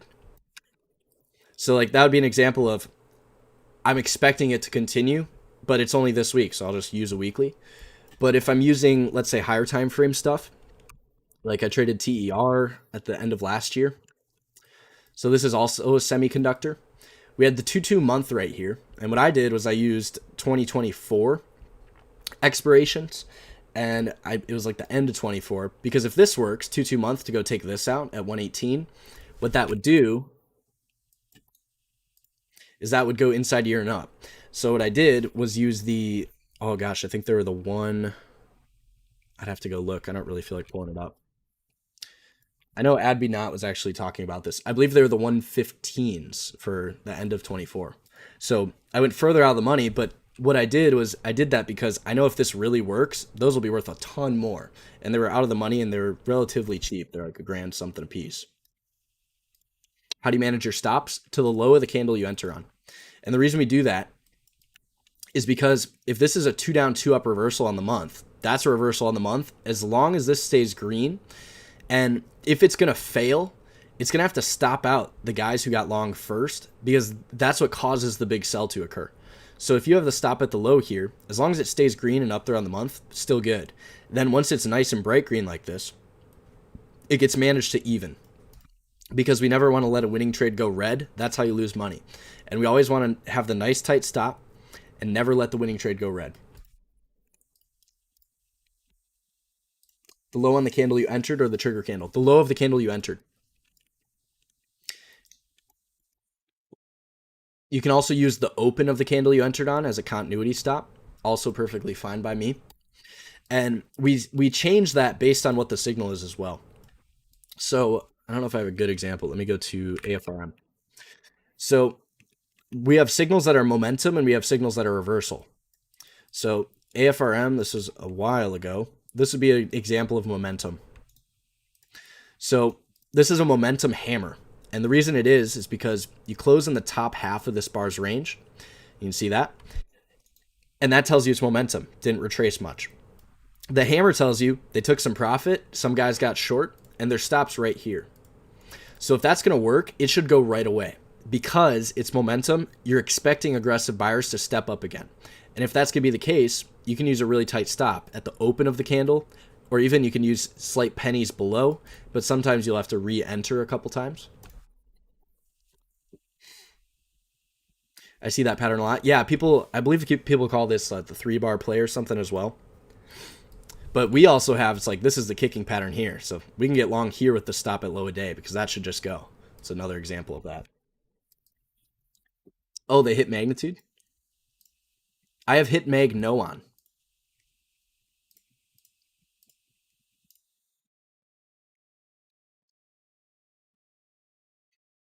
Yeah. But the thing is, like 3-bar play, it doesn't really tell you much. What we're seeing is like, well, 2-1-2 measured move here on the day. What does that do on the week? That reconfirms the 2-2 reversal of last week. So we know it's still going to go up here, 119.74. And then once it makes the new high, we don't know. But if it doesn't reverse, it should continue because it doesn't reverse. So we'd actually have to draw this something like this. But you can see they go to the top. 2, 2, 2 up in red. That gives you the first warning. And then it goes 3 here. That would be the second.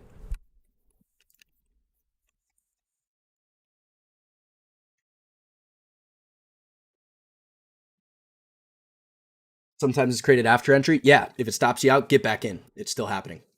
Because if it's a monthly signal, let's say it triggers on Monday, and we say let them open specifically for that reason.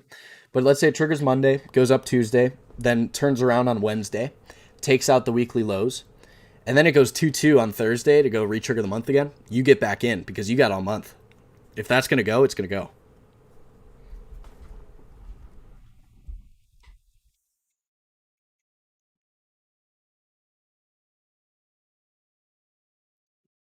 You were on W? Oh, I apologize. Did I say month or something instead of week?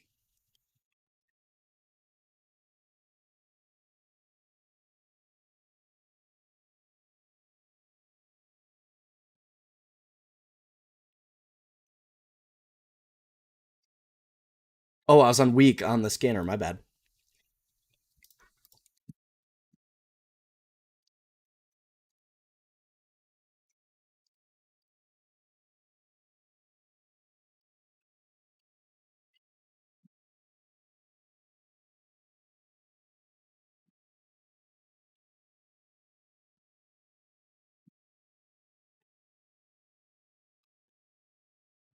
Yeah, it looks like we have to change some code on the scan.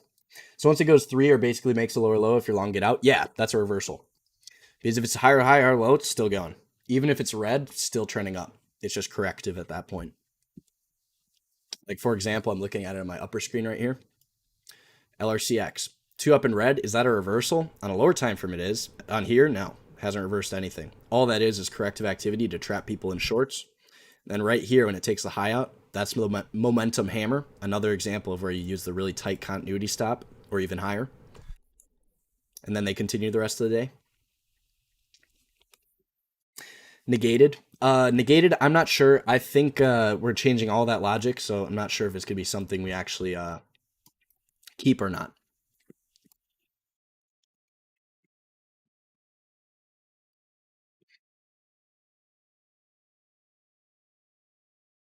Favorite pattern, 3-2-2 and 1-2-2.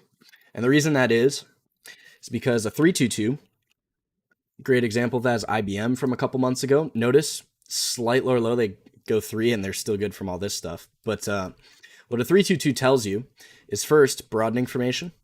Or actually, wait, was this a 3? Yeah, it was. So you can see slight higher high and then like a couple pennies lower than that. It gives you a broadening formation because that's a 3. You've made a higher high and a lower low. And then 2 down in green or a hammer tells you you're going to go back through that. So you know the other side of the range is that. That's the magnitude. So you're instantly trading with the broadening formation and you know the magnitude of it. And you know it should work. So we always say a 3-2-2 is fun to say and fun to do. And then a 1-2-2, and we're gonna keep circling through like NVIDIA and stuff. We'll go to crowd instead. What a 122 tells you is there's an equilibrium. So they agreed on prices here, buyers and sellers. Then the sellers said, nah, it's worth less. We're going to sell. Because it went inside and down, which tells you sellers are more aggressive. And it was red, so it tells you they got short. You can see they make a slight lower low to that. And then it rallies back. So what does that tell you? It's like, well, sellers are more aggressive. Buyers stepped up, though. So the buyers are trying to get that thing back up there. And when you go 2-2, what this is the reversal of a break of that equilibrium. So you're reversing the equilibrium break. And what that means is you got people short. They agreed on prices here, and now the buyers are trying to step up, and you're going to go and try and take out this right here. A 1, 2 down, 2 up. The magnitude is always the mother bar to this inside bar. So you also have 1, 2, 3 pivots to take out. Instead of a 3-2-2, where you only have this pivot and that pivot, you get more. So we like rev strats. And then more examples of that.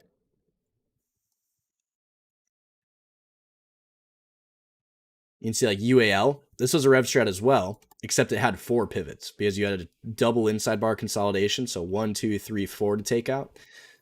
And what those pivots do is they take liquidity from anyone that's trying to buy into here. It's going to take liquidity because every time you go into one of these, you're stopping out a week worth of participants. So right when that's taken out, a week worth of people are underwater. Then once that's taken out, another week. And then this, another week. So you're going to speed up as you go back through those pivots.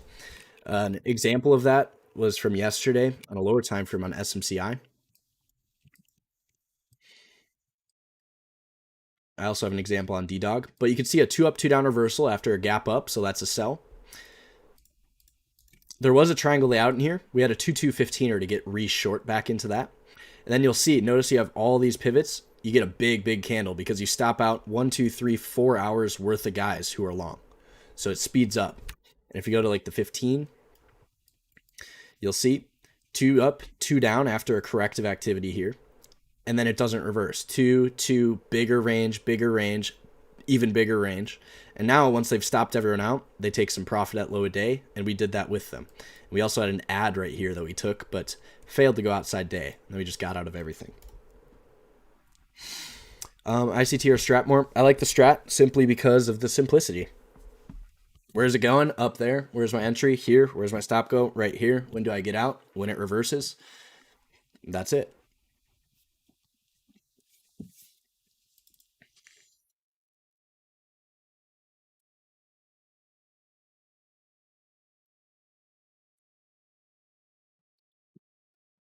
Yes, filter by time frame continuity, please. Like what? I want a list of every every 2 down and green 60 that has full time frame continuity. That's a good buy. ES or NQ. We trade SPY and Qs, and it makes it simpler because you guys are looking at all the overnight stuff, and all we have to do is look at the New York session, which is always the best session. Everyone trades that. So this chart shows me the New York session, and if we go to like NQ, you get all the overnight stuff. So it looks, you can see this one pretty crappy.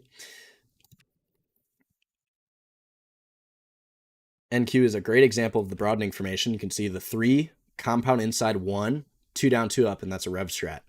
Trying to go and take this stuff out. Then they expand it. Boom. SMCI. Second day buy. What do you mean? Oh, after the gap? Well, the thing is, next week, what the only signal we'll have in force is the quarter. It is bright green at this point, so we can expect it to continue.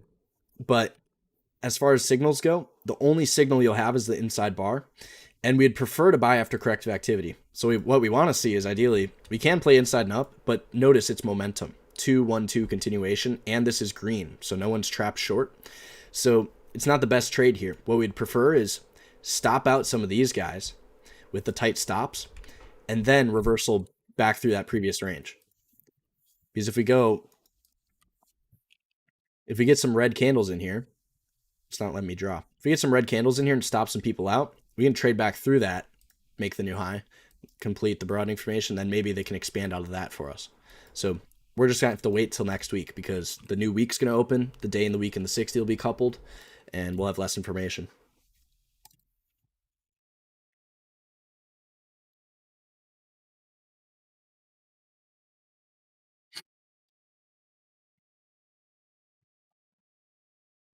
Do you trade options? How long do you hold in general? Uh, so last year was a lot more day trading going on until the last 4 months. So we've been trading a lot more day trades, but this year we've been spending more time swing trading. So I do trade options. I also do shares. And the reason this year I'm doing shares is because we got a lot of actionable signals, so it just makes more sense. But that's only on like the yearly, quarterly stuff. Like I have some healthcare longs from the beginning of the year, and that's what I've got to start. Snowflake, ARM, and AFRM. No, we can talk about them. Can you explain why they move so much? Of course. All right, snow. First of all, define move so much because snow is an inside month. So your definition's wrong. I apologize. But no new low, no new high. Doji on the month.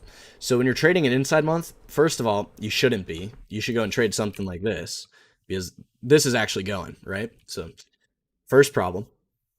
But if you're going to go and trade that, what's happening in here is they're forming a new broadening formation. So you want to go and find that. And what you'll see is all of this stuff inside of this previous range. So if we had a try, it would be only this stuff in here. You really don't got much. If we're going to draw it out based off of what we have already, it looks something like this. So I wouldn't say they moved that much. If we go to ARM, why did ARM move this much? Well, potential 3 on the week. So what happened? First week they sold. Second week attempted to counter. Notice they stopped out everyone here, but they reversed up there. So they failed one side of that range. This week goes 2 down. So they tried to sell. The whole market went up this week. So what happened? Anyone that sold short to start the week, they became a loser above 70.04. And ARM, this was on the gap list by Chuck. I don't think Chuck's here today, but in the premium chat, he had this one on for yesterday's open. And what you can see is the week opens here. 2 down in green on Wednesday, second day of the week. So the buyers came and countered what the weak guys were doing when we decoupled. So the first day of the week and day opens are the same. Second day, you get a separate open for the day, and they counter, or at least they try to with the 2 down in green. Here, 2-2 reversal. And then what does it have to do tomorrow to keep rallying, or today? It's like, well, reconfirm by going 2 up again. And this one, you can see you actually had the broadening formation. They had the 3 here. Then they went down, inside down, 2-2 day right here. It's going to try and take this out. Then once they do that, if they're going to move big, you look for this broadening formation to complete and then expand. And if they're going to expand, your target is always going to be previous highs, like so. So they did what they were supposed to. And they went outside weak. So next week, if they're going to keep rallying, you'd have to see a 3-2.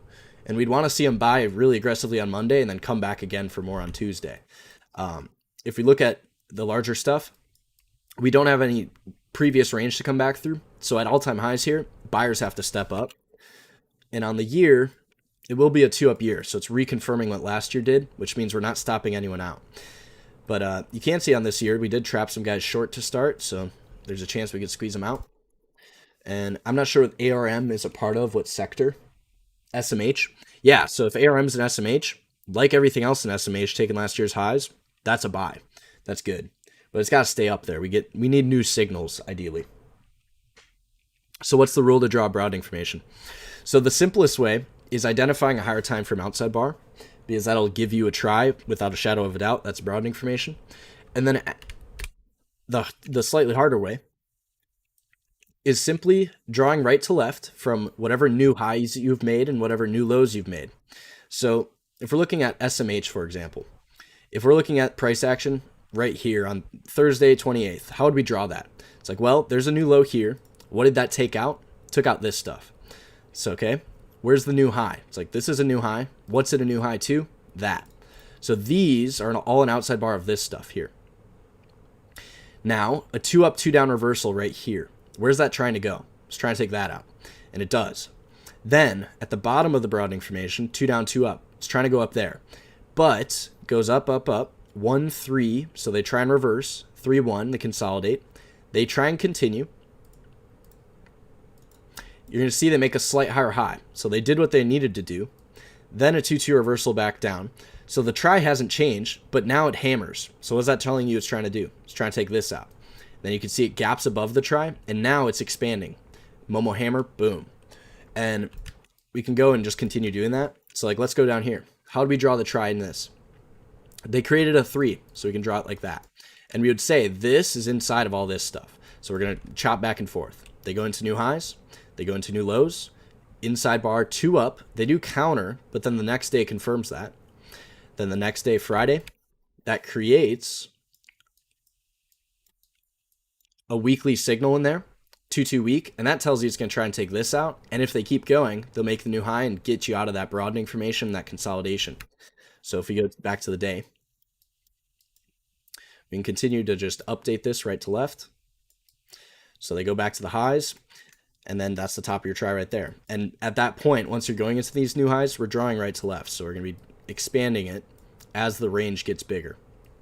And I think I should give you guys a better example. Let's think. It's like SPY this week. That's a great one. Actually, QQQ. So notice 2-2 reversal. It's trying to take that out because you can see the big broadening formation here.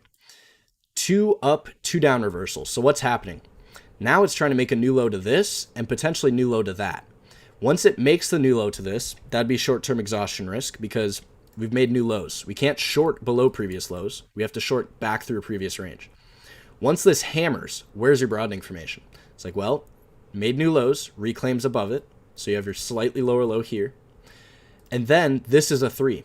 So the 3 here, this is your broadening formation. And you'll notice, why does that start? Because initially this week, we started as an inside bar on the week. Right here is an inside week. Right here is an inside week. 2-2 reversal telling you it's going to take this out. That takes last week's highs. And now we're expanding as long as the next day continues. And if we go to the lower time frames, you'll see it starts on the lower time frame first. So this will be last week's highs. We open up first day of the week here. Notice creates a broadening formation. All of this stuff, all of this stuck inside of all that. They go into the highs, go into new lows, so the broadening formation gets bigger, right to left. Inside and up fails. 2-2 reversal, they shoot her, but they don't trigger, so that's still good. And then they confirm. They stop out the morning participants, trapping guys short. And then 2-2 right here, which if we're now drawing this right to left. 2-2 right here puts you back to the top of the try, and then expand. And if we continue to zoom in, you can see all of these bars get stuck inside of this stuff. So if we go into even lower time frame, whenever you're stuck inside a previous range, you start a new broadening formation. So you can see they make a new high, a new low, failing to take out this, failing to take that out. It's going to look like that. Then new high, and then boom, gap down. See how it expands to start, taking out this stuff. Then since you're at new lows here, if it reverses, that's a problem. And they did. Whoa, my bad.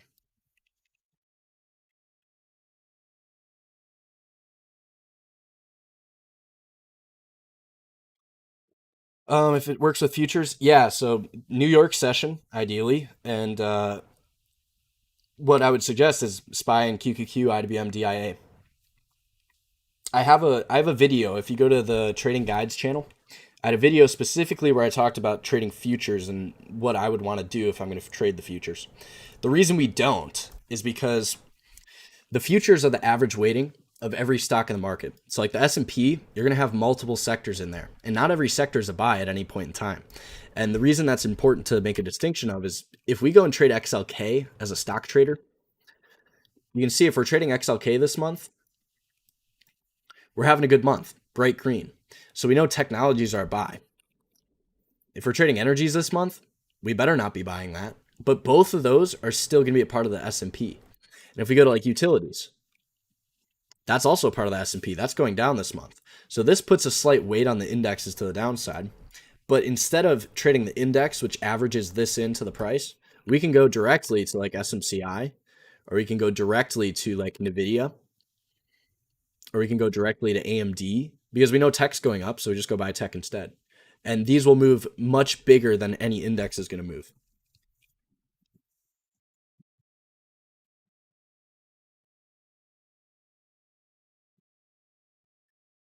Awesome. I'm so happy to hear that, guys.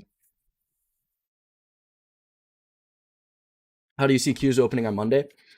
So since we're at all time highs, we just have to say we don't know. We made new highs. We did what we needed to. Next week, what we want to always ask ourselves, and if you're going to take anything from this stream, it should be this: what's the next two? What will that negate, create, or do? Because the next two on the weeks to the upside, it's like you're not going to trend down next week unless you take this out. So what can we say for next week? It's like downtrend, slightly less likely because you're just nowhere near doing that. And then we can say on the month, that's two up in bright green. So at this point, we can't sell. We should be long.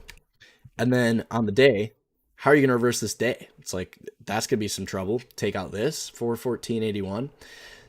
And what we want to see when we have these big moves is we want to see it go inside. It'll start a new broadening formation or it'll just consolidate. And then we'll either confirm the trend by breaking that consolidation up or we'll negate by going inside and down. So we don't have to just chase this stuff if we don't want to. We'll have to just see. Let them open on Monday. Yeah, so the YouTube stream, it will be public. It was a last minute decision, so happy to see how many people join. Awesome.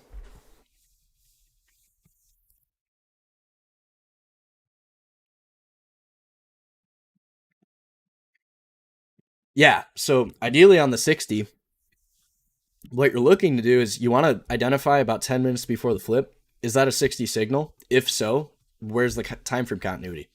Because if it's going to change continuity back to green, it should just go right away. It's like you're taking a signal, you got a losing trader in the other side.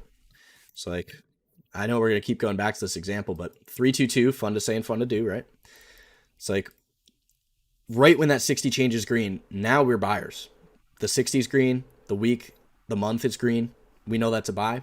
So our stop can be the low of this 60, and we can start buying any signals as this is going to try and trigger the 322. And we actually did this on the SPY with the inside 15er as well. Same thing. So very tight stops. Like for example, the trade we took this week, SPY, stop was about this big, 29 cents. So ideally what I aim for is under 50. And if I'm trading right off the open, I'm willing to risk like a buck. But I use a smaller size because we always add. And the way we add, for example, since we know it could 322 on the 60 and change the daily continuity, we can take the 15 first because that's the first sign that, hey, we're reversing off the lows. Then you go to the 30. That goes 2-2 reversal. Anyone short here has to buy above this. So we buy and force them to do that. And then the 60 triggers. You can buy that as well. So at that point, you have 3 entries, and now it's good. Also the new 4-hour, yes.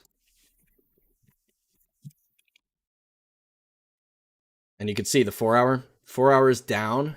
New 4-hour opens, reconfirms what the week and the month were doing. And actually, on Qs, the week and month were green. On SPY, we had to negate the week. But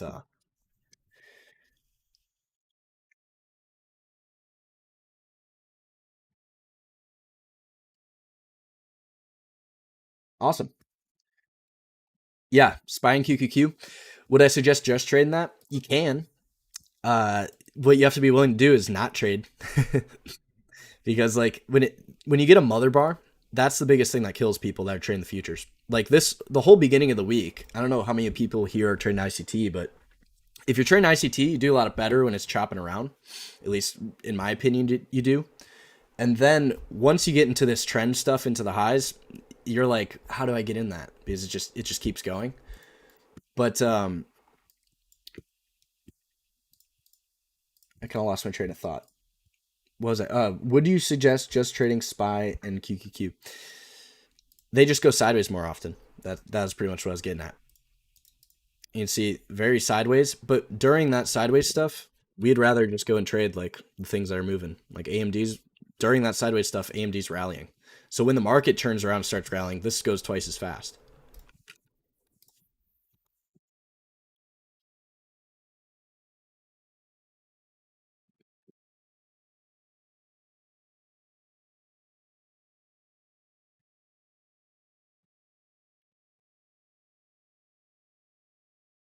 Off the hour. So what we always do is we monitor the 60s. And yes, it was off the hour. And I don't know if you saw the clip, but what we said was, first of all, we're using multiple indexes. So when we're trading during the day, I have all these stocks up, and then on my other screen, I have another window like this that has even more. And what we can see is we have the 15, and actually this is the wrong one. Give me a sec. You can see we have a lot of stuff that we're looking at. But so if we go and look, you can see we have all the stuff marked out. So when we saw that occur, we saw SPY was inside, Qs was 2 down. So SPY was strong enough not to make new lows, which hinted at us, hey, this wasn't weak enough to make new lows, so it might be stronger on the way back up. And this signal on the flip makes it more likely to try and go up there. And the flip, the reason that's important is because if we go and zoom back out, right at that moment, the 60, the 30, and the 15 are all green. That's full time frame continuity on the intraday time frames, which is able to change the day. I don't have to trade every day.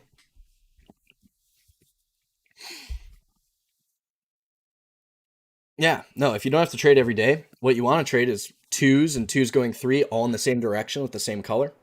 And then you want to trade, you want to wait, let the guys get short against those twos to the upside, then take it. Or once you get good at it, you can take people that get short against green continuity and then use those guys that got short to trigger the higher time frames to go to. And that's how you get into things like monthly reversals and stuff. Because if we go and take a look at like SPY and Qs, let's go here.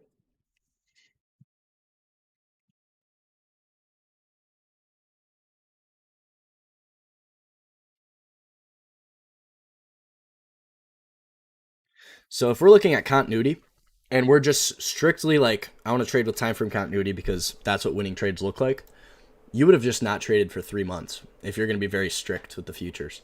But then if once you wait and you get the thing you're looking for, 2-2 back up, back through to stop these guys out, then you can do it. And during these 3 months, we shorted a ton of stuff, except we were shorting things in like the healthcares at the end of last year. So like Myrna was an example, inside month and down, boom. So we get still better action on the way down because what we can do, and this is what we do intraday, is we're going to monitor the continuity lists. Because since what the strat tells us is true, if you have every time frame green, bullish time frame continuity, they're buying that right now. They're buying it right now. Can't not be true. So this list right here will tell us everything that's getting bought today that's being accumulated to the upside. Then if the market's going down tomorrow, we can go and switch to the bearish continuity and say, these are all the ones going down. And you can even do counter. So it's like they bought the whole market today. What's on the downside continuity list? That's some real selling going on because that tells you the institutions are naturally selling that. Market's all going up and they're just offloading that whole position while that strength is occurring. So like the lowest one is CELH. I don't know if it was a gap or not. Yeah, so CELH, everything in the market today was 2 up, all the indexes, right? This is a 2 down. And you can see the week, oops. And you can see the week's red, so you get all week. And if that week can do anything, it's going to negate the month, which it did. So you don't have to be the first one in. You can wait for it to go bright red first. And we can go here. So it goes bright red, slight corrective activity on the 15er here. Then it starts selling again. Then a 2-2 15er and just drifts off all day. And if you do the 30-60s on the gapper, like we say, inside 30 down, inside 30 down, 2-2 inside 30 down, 2-2 reversal, get out. Or swing, up to the trader.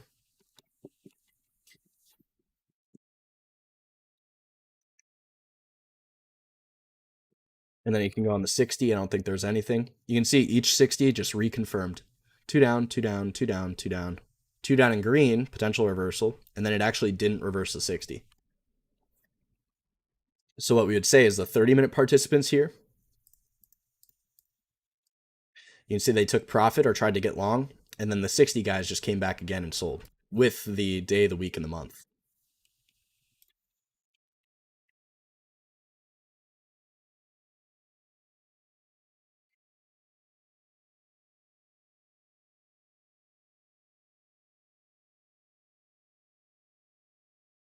You were short in a video. Oh man, don't do that. And that's why time frame is so important. If you look at this NVIDIA chart, even if we turn the chart off, if you're just trading the strat and you're looking at your universal truth, time frame continuity. Let's see. Oh, can I not turn this off now? Yeah, it's like if we're not even looking at the chart, it's like all this green. Are we selling that? No, it's been a buy since right here. Monday, the 8th of January. Can't short it. You can only short it on like a daily basis, which we had the gap up sell. We had some sell on yesterday's range, but it never reversed the day. And you can see, without even looking at the chart, we can see that occurred Thursday. Then they came back Friday to buy more. Boom.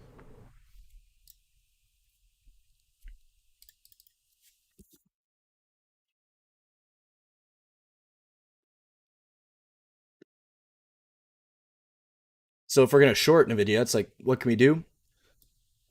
RevStrat 30 pivot machine gun. All these lows here are stops. Take them out. 2, 2, 2, 1, green coming back. Reversal. And then it looks like a 3-2-2 reversal at the close. And then a 2-1-2 continuation after trapping short guys here. It's like, even if you did get short and you get stopped out, flip long right there. While I was in college, no, I was a complete degenerate. I'm not proud of it. I can laugh at it, but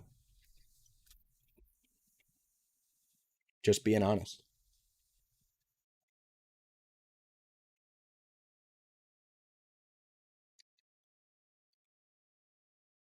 And I really miss trading, to be honest. Like what I did is I did trade some ICT stuff, but not at the frequency of what I'm doing with the strat.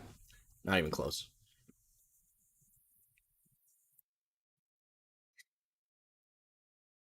If I'm trading weekly signals, I want to hold until I see a two down candle like 3 weeks ago. Well, if you're trading any signal, if it's still it's like if you take this 2-1-2 30 minute, if it's still a 2 up 30 and you're thinking of selling, you're crazy. It's still going up. So what you want to do is, especially the guys that are in the premium, you want to do this. You want to wait for guys to get trapped against continuity, get long, and then what you have to do is just say, Alex, take a look. It's like, is this still good, Alex? And I'll just pull up all the charts. It's like, yep, still good. Like, you can ask me that during the day. IWB. Oh, is that a stock? Ah, okay, got it.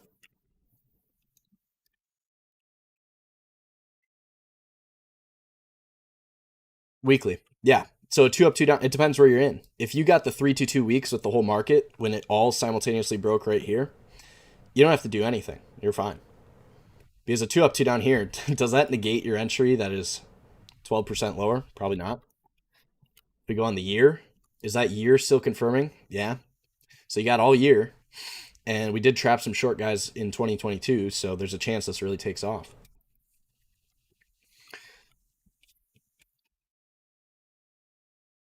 How far are the money? If I have a full time job, I'm going at the money with time because what you want to think about is how much. I guess it's gonna be person dependent, but how much risk do you want to put in one trade first? So what size are you gonna do, and then how how confident are you that it should work?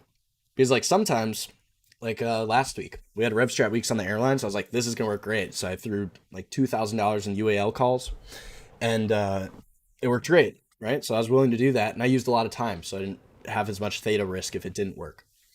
But if it's kind of like, well, I get on and there's like two actionable signals that I see on my scans, and the whole market's inside, it's like, do you want to get in there on Monday and then start risking a lot of money? Probably not.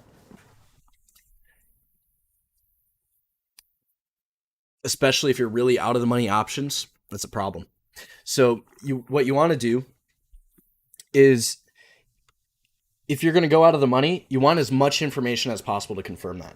And what I mean by that is we're going to use multiple stocks, we're going to use the indexes, we're going to use all of it. So if we're trading Nvidia, we want to know that SMH is a 2 up year. It's like that's good. The month it's 2 up as well, and then the week 2-2 last week, and then reconfirmed. So the SMHs are going up, and then we can confirm Nvidia across other stocks as well, and say, well, Nvidia reversed the previous week here. What other stock did that? And Really, we didn't have much of the SMHs do that last week, as you can tell from SMH not really doing much. But we did see a lot of tutus last week that just didn't go. So the ones that did go this week, that's still reconfirming. So if we go in NVIDIA, you can see 2 week. You can go to like MU. That also went 2 week, but it was weaker. So it confirms it, just not really going as strong. Then this week they come in by more. Go to AMD. AMD also went 2 week, which reconfirms what NVIDIA is doing. If we go to other tech, like Microsoft went 2 week. That reconfirms what the other tech is doing, along with NVIDIA. If we go to, let's think.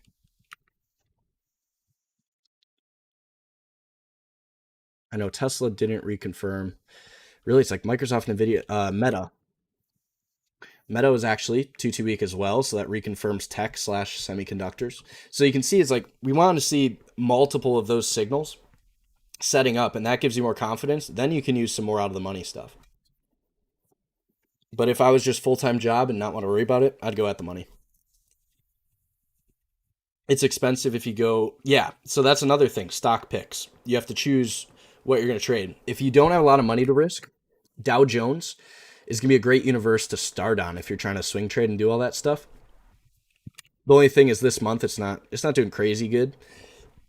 But in Dow Jones, you get 30 stocks, so you don't have as much to worry about. And then you can just confirm and negate against the Dow Jones and then the other stocks within it. So what I can do is I can show you what's doing that right now. So if I go in the Dow Jones today, I don't know if there's any signals or not, but so I go in the DIA. For some reason,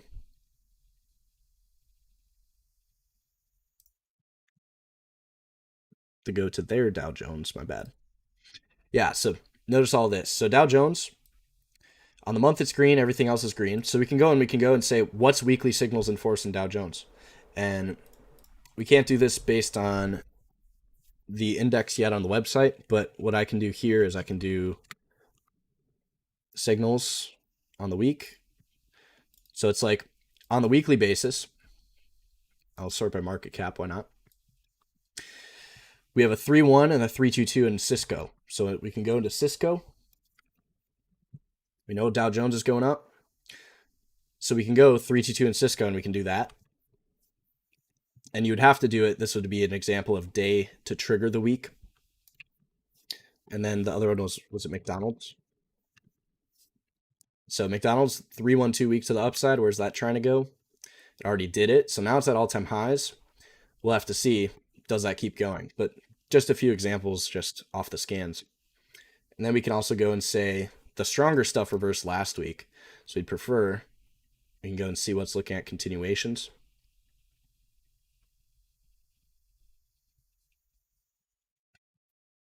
Where the heck did it go?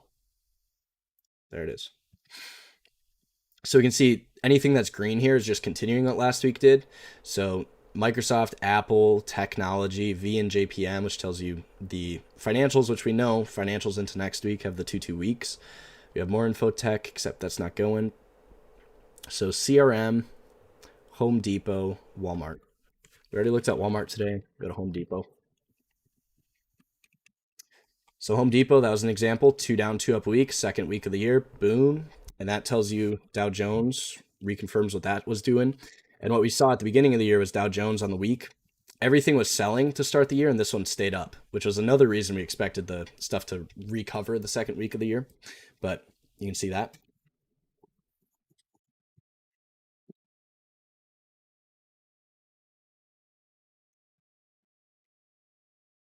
You know, Austin, you're actually pretty spot on. The whole reason I did the stream today is because I was like, I'm not going to the bar this year, so might as well do this. Talk to you guys. Plus, I've realized we have a lot of new people in the free trading chat, and we do have a lot of people starting to find us out on Twitter and YouTube's. So this is a great introduction to those guys as well. Weekly signals better than daily. We don't have preference over the signals, besides the fact that they last longer. So like you take a month, you get all month. If you take a year, you get all year. And for an example, it's like if you're a swing trader, look at XLEs. Everything in the market crashed in 2022, potential 3, right? These went inside and up, pivot machine gun. So you can go and get long that all year. And then every reconfirming signal in there. On the month, you can see monthly reconfirmation, or actually, wait. Yeah, so 22. So RevStrat month start to the year. Boom, they take the year in force, reconfirm, 2 up in red, profit taking, reconfirm again. Then they negate right here, 2 up in red. And then if we're in that, we can go here on the week. Why did that happen on the week? Weekly pivot machine gun. 2-2 shooter week in force. That's a problem. And you can see your try. Notice they make the slight higher highs, slight lower lows, 2-2 back up, inside and up, 2 up again, 2 up again, 2-2, and then back through that previous broadening formation. And then they create the slight lower lows to that and complete it.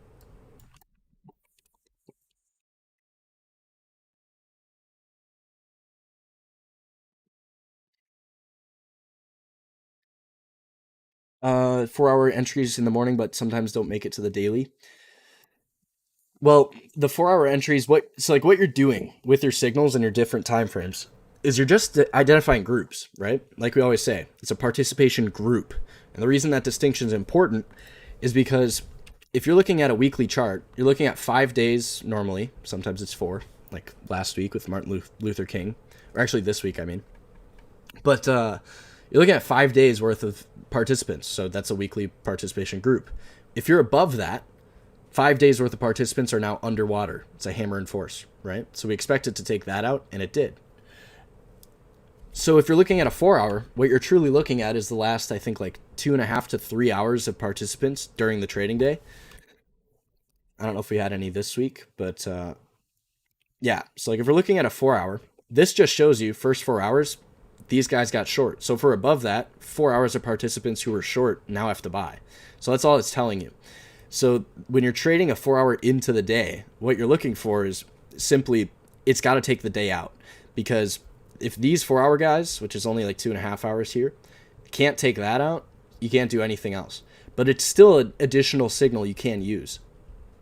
What I would prefer is just 60 into the day, if that makes sense. Like if we close with an inside 60, like we did here, that's always important. Because what that tells you is it's a consolidation. So right on Monday, there's 2 hours worth of consolidation break that could occur, or 2 hours of rev strat. And it's a better example when we were in a trending market. You get more inside 60s. You'll see here.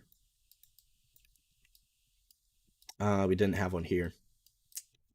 That was the one example I could think of. We just haven't had a lot of inside bars in the market recently. Most things have just been really going. But like here, it's like, here's an inside 60. What does that tell you? It's like, well, gap down green, potential rev strat, take out these guys. So you can use that, and you can do the same with the 4-hour. If we get to the 4-hour, you're going to see the same stuff. So inside 4-hour, rev strat. Inside 4-hour down, doesn't do anything. Inside 4-hour, potential rev strat, and then 2-2, it's trying to take this stuff out, and then it does.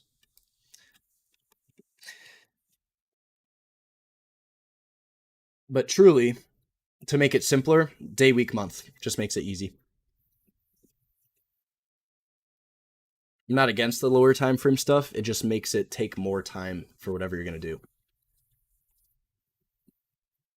And for those that are interested, you can scan the 4-hour. So that is another possibility. The 4-hour, I think, at least in my opinion, it's more useful the second hour of the day. Because the first 4 hours, it's still coupled with the day. The second 4 hours, it's like, well, it's not 4 hours. It's like, I think 3 or 2.5. But is it 3? Now you got me losing my mind here.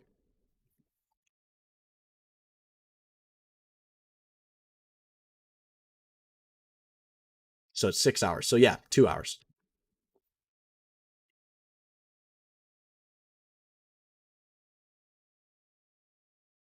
But the reason the dailies are at least better, in my opinion, is because once it's a day in force, after that second 60 opens, you've got the rest of those 60-minute candles to make trades.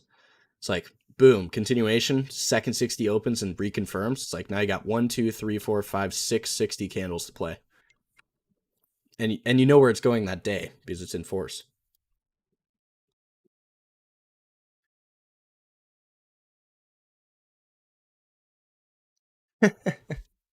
Playing Halo. I have not touched a video game. At least, yeah, no, I don't. I haven't touched a video game since I started trading. It's been many years. I used to be very into video games, very good at them, but not anymore. If you have a daily signal but a gap up, how do you enter a trade 1530? Okay. So, like we've been saying, wait for people to get trapped in one direction, then take positions against them, right? So, when you get a gap up, if it's really going to go, this is the exact example, and we're going to keep talking about it because it's perfect. If it's really going to go, what you want to look for first is get people in longs, because this shows you they're willing to buy into the gap up. So the buyers are still aggressive at that point. Then once it takes out the morning lows, anyone that was long before, they're all out. So they can get back in if it starts going back up again. What tells us it's going to go back up? It's like, well, you stop out the morning lows and then reverse to 260. Now it's going up again. So what's going to happen? These guys can get long again. All of these guys trapped short have to get out. And that same thing's going to apply for going like SMCI. This is another example we're going to keep bringing up. It's just a very clear example. This morning on SMCI, 1 minute down, trap guys short, inside oneer. Now you have a decision to make. 212 measured move downside or 212 to the upside. And it goes 212 back to the upside. So stops these guys out after they get short. And then now you have a losing position to trade against. And this is an example of they sell initially and then they buy. You can also have, I think I'd rather just draw it out. It's going to happen a lot of different ways, but it's all the same idea. So you'll have gap up. Let's say it's a gap up and you want to buy it. Initially they get short. You can buy looking to make new highs on any reversal back through here. And you want to change that daily open continuity because that'll change what they're doing. You can also have gap up, initial rally, then they stop out the morning guys, and then broadening formation, which is the same thing as this. You can say they go into a new low and then a new high. It's a broadening formation. So we always want the broadening formation. We want to get people trapped short first. You can also have, and this is when things are really strong, like SMCI today on the 60, you'll have go up, consolidate, and then continue. And this is a momentum setup, and this is where we have very tight stops because we're buying into recent highs. And no one's going to have stops up there for the most part. Normally, this is going to be profit taking, and you're not going to have people trapped short, which is why we want to see them continue to buy aggressively as soon as that high gets formed. And SMCI is an example of that today. You can see all the way up, brief pause for 60 minutes, inside bar, then inside and up here, 2, 2, 1. So they continued. And I think LRCX is an example of this. Not on the 60, maybe the 30. So this is another example. So instead of stopping out the morning guys here, they were too strong to make new lows, which is a distinction we can make. Once this is 2 down and green, we already know that downtrend is failing and the day is still green. So these guys are trapped short. You've stopped out slight lower lows to this, and you have slight higher highs here. So you're going to go 2-2 here, and you're going to want to see it go into the highs. And then if they're really going to buy, it'll keep going without a reversal. So 2 down, 2 up, and then 2, 2, 2, 2, 2, 2, 1. I don't know. It might be a 2 down. Okay, slight lower low, so half a penny, they stop out some guys. Then again, into the highs. So you can see they constantly, slight lower low, back up, slight lower low, back up. All in the direction of continuity. How many computer screens do you have? I have a 30, I think it's 34 or 32 inch widescreen. It's an ultra wide. And recently we've been keeping the higher time frames up in front of us since it's a new year. But I keep the lower time frames up in the top left. And I normally have this many stocks, which is about 8 or 9. And then on my front screen here is where we have this screen. And we're going to just be looking at the signals we want to take. So I'll constantly be tabbing through and I'll be like, all right, what's the XLU doing? What's the XLRE doing? What's the XLP doing? What's the XLF financials doing? So we constantly are tabbing through, looking for the next two that can create a winning position against losers. So we're looking at those. And then on my right side of my screen, And this isn't as crazy as Rob's setup. But on the right side of my screen, I keep this stuff. So I keep scans. I want to know what's inside day up, what's inside down, what's inside up in red failing, potential rev strat. I also have a list here that shows me anything 3 expanding, so a 3 that's closing above the previous day's highs in green, or a 3-2. And this just shows you where aggression lies in the market.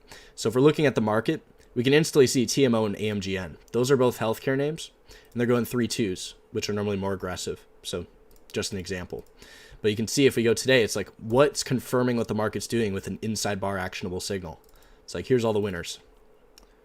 MTD or CDNS, boom, they really took that one off. AMP, inside and up, looks like a low volatility name. And these are a lot of ones we normally don't trade, but CRL, Hub, and you can just keep going through the list. And what we look for then is we want to see across sector and industry or sub-industry. So we can sort this by sector and say simultaneous inside bars up in real estate. So all of those reversed today, which tells you they're trying to buy all the real estates at least before next week. We'll have to confirm or negate that. And what they're setting up with those is what? 2 down, 2 up weak signals. And then we can see there is some information technology. JBL is a crazy one last year. You can see it's trying to set up hammer counter shooter week. Notice 3, 2 up, 2 down, hits its magnitude, and then comes back into the broadening formation, trying to go up there. So if we go on the day, inside day up, that's a start, but next week's got a Momo hammer and then reconfirm that. And then we can keep going. Financials, we know those are all setting up the weekly. And you can see there's a ton of different signals. And what we do is we go through this, and we just want to know what's bright green, because those are the ones that keep going. So like the ones that overperform in the morning, those are the ones we want to watch. And then what we can also do is the really weak stuff, we can go and short that if it takes out morning lows. So there's a lot of different stuff we can do with this, but that's a few of the things. What we do want to monitor the whole week is not only inside days for day trading, but inside weeks. Because what the market's going to do is it's going to trend, and then it's going to consolidate, and then it's either going to change or confirm direction.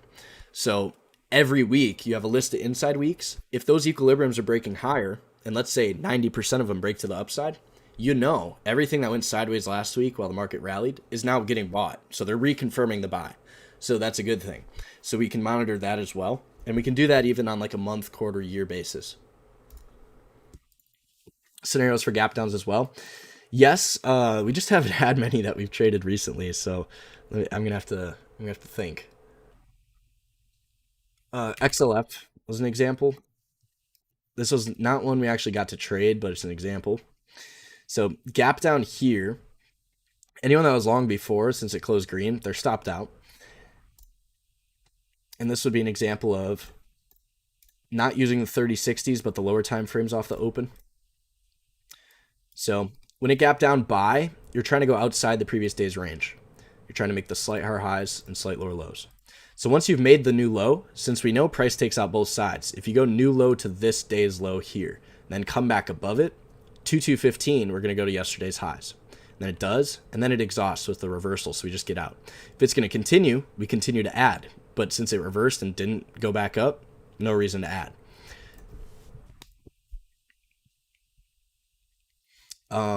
But, oh, you want the scenarios for the gap downs? It's going to be the same thing. So it's always going to be, you want people trapped or you're going to want momentum. So gap down, if it's gap down buy, the second it goes slightly red to green, you can get long with the stop at the low. You can also wait, gap down, they initially sell. 5ers, 15, 30, 60s back through, take out morning highs. You can get long for that.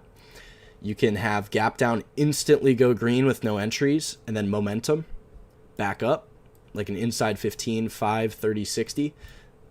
All of that, you can totally do all that.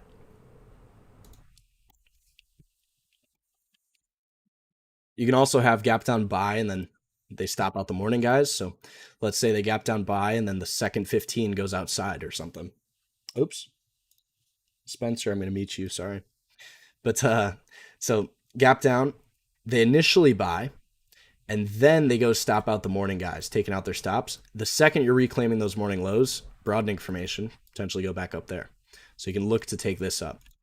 And that's exactly the same type of thing that we did gap up by. It's like get short, we got short, and then we had to flip long. So what we're always looking to do is just who's in a position right now.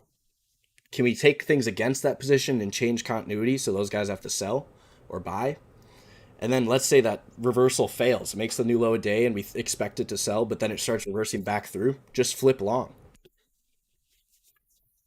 RSI? No, no. The reason we don't is because anyone that's looking at this chart on the SPY right now, they're going to tell you it's overbought. Depending on what time frame they're looking at, might be different, but here's your RSI. So let's go to the week. It's overbought on the week, Alex. How could you be a buyer today? It's like, well, it went up. So it doesn't tell you anything. What is going to tell you stuff that's actionable and usable that can make you money is continuity, because continuity doesn't lag. RSI lags. Continuity is what's happening right now, so it tells you the truth. It doesn't tell you what happened 3 weeks ago. So right here, when this goes green on the week, potential buy. 2-2 week, that's a buy. And then it triggers the 2-2 month, that's a buy. And at that point, if we turn off the lower time frames, you can see right here at this point, the week, the month, the quarter, the year, they're all green right there when that opens. And then actually the month was slightly red. The month reopened a new month right up in here and then took the week up. But that continuity changed here into full time frame continuity. And then I told everyone on Twitter, I was like, we're going to have to buy this. And they're like, Alex, no, your continuity sucks. And then guess what? Longest trend we've had in a long time. 2, 2, 2, 2, 2, 2, 2, 2, 2, 2, 2 against. You can stay in. 2, 2 back up, get.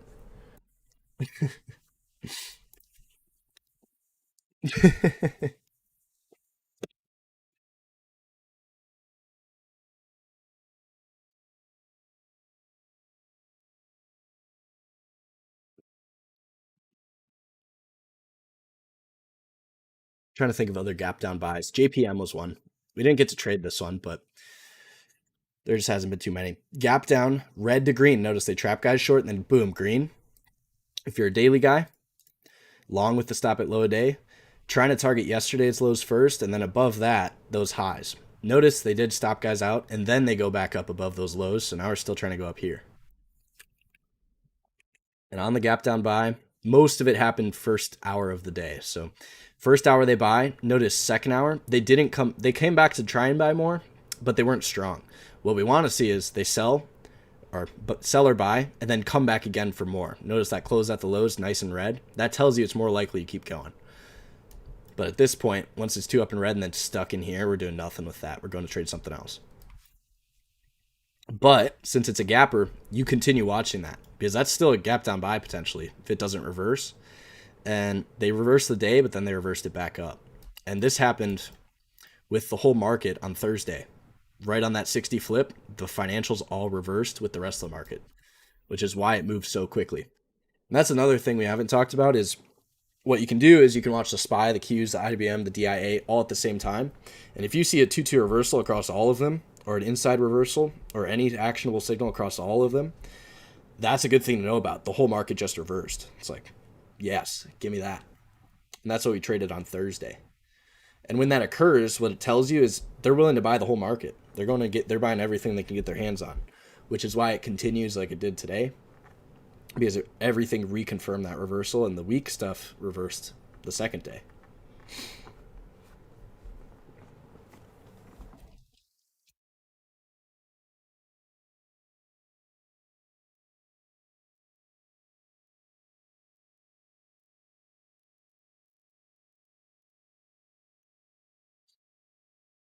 I'm going to get some more water and then I'll be right back.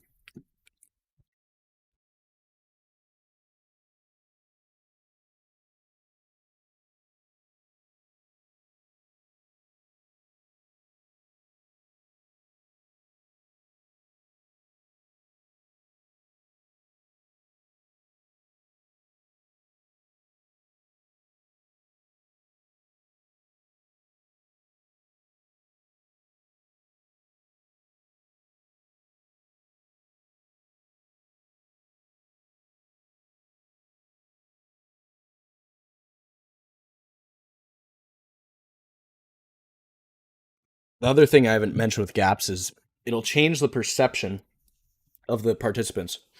So when the gap occurs, if they buy when that gap occurs, although you have continuity down, it's still day to day because those gap buyers, maybe they come back, maybe they don't, but you're going to want to know about that if they do, which is why if you're going to be a gapper trader, you keep it on your list. You can see if you had the gap up short here, gap down buy, you close and get long. Now you're using their money to trade. So when you trade gappers, ideally you want to come back and play it multiple days or even weeks afterwards and just keep monitoring those because that's where the volatility's sitting in the market at that point. And that's why, again, it's like next week, what are we going to do with the JPM? It's like, we want that 322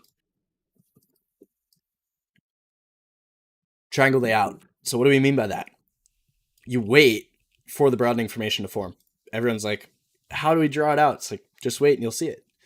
New low here to that, new high to that. That's the TTO. They stopped out anyone that was short before by making the new highs here, and then new continuity here, they change. Now they're selling. So boom, into the lows. And then the range just got bigger. So now triangle out again. Anyone that was long, they're stopped out. Reversal back through again. Now the range is twice as big as it was before.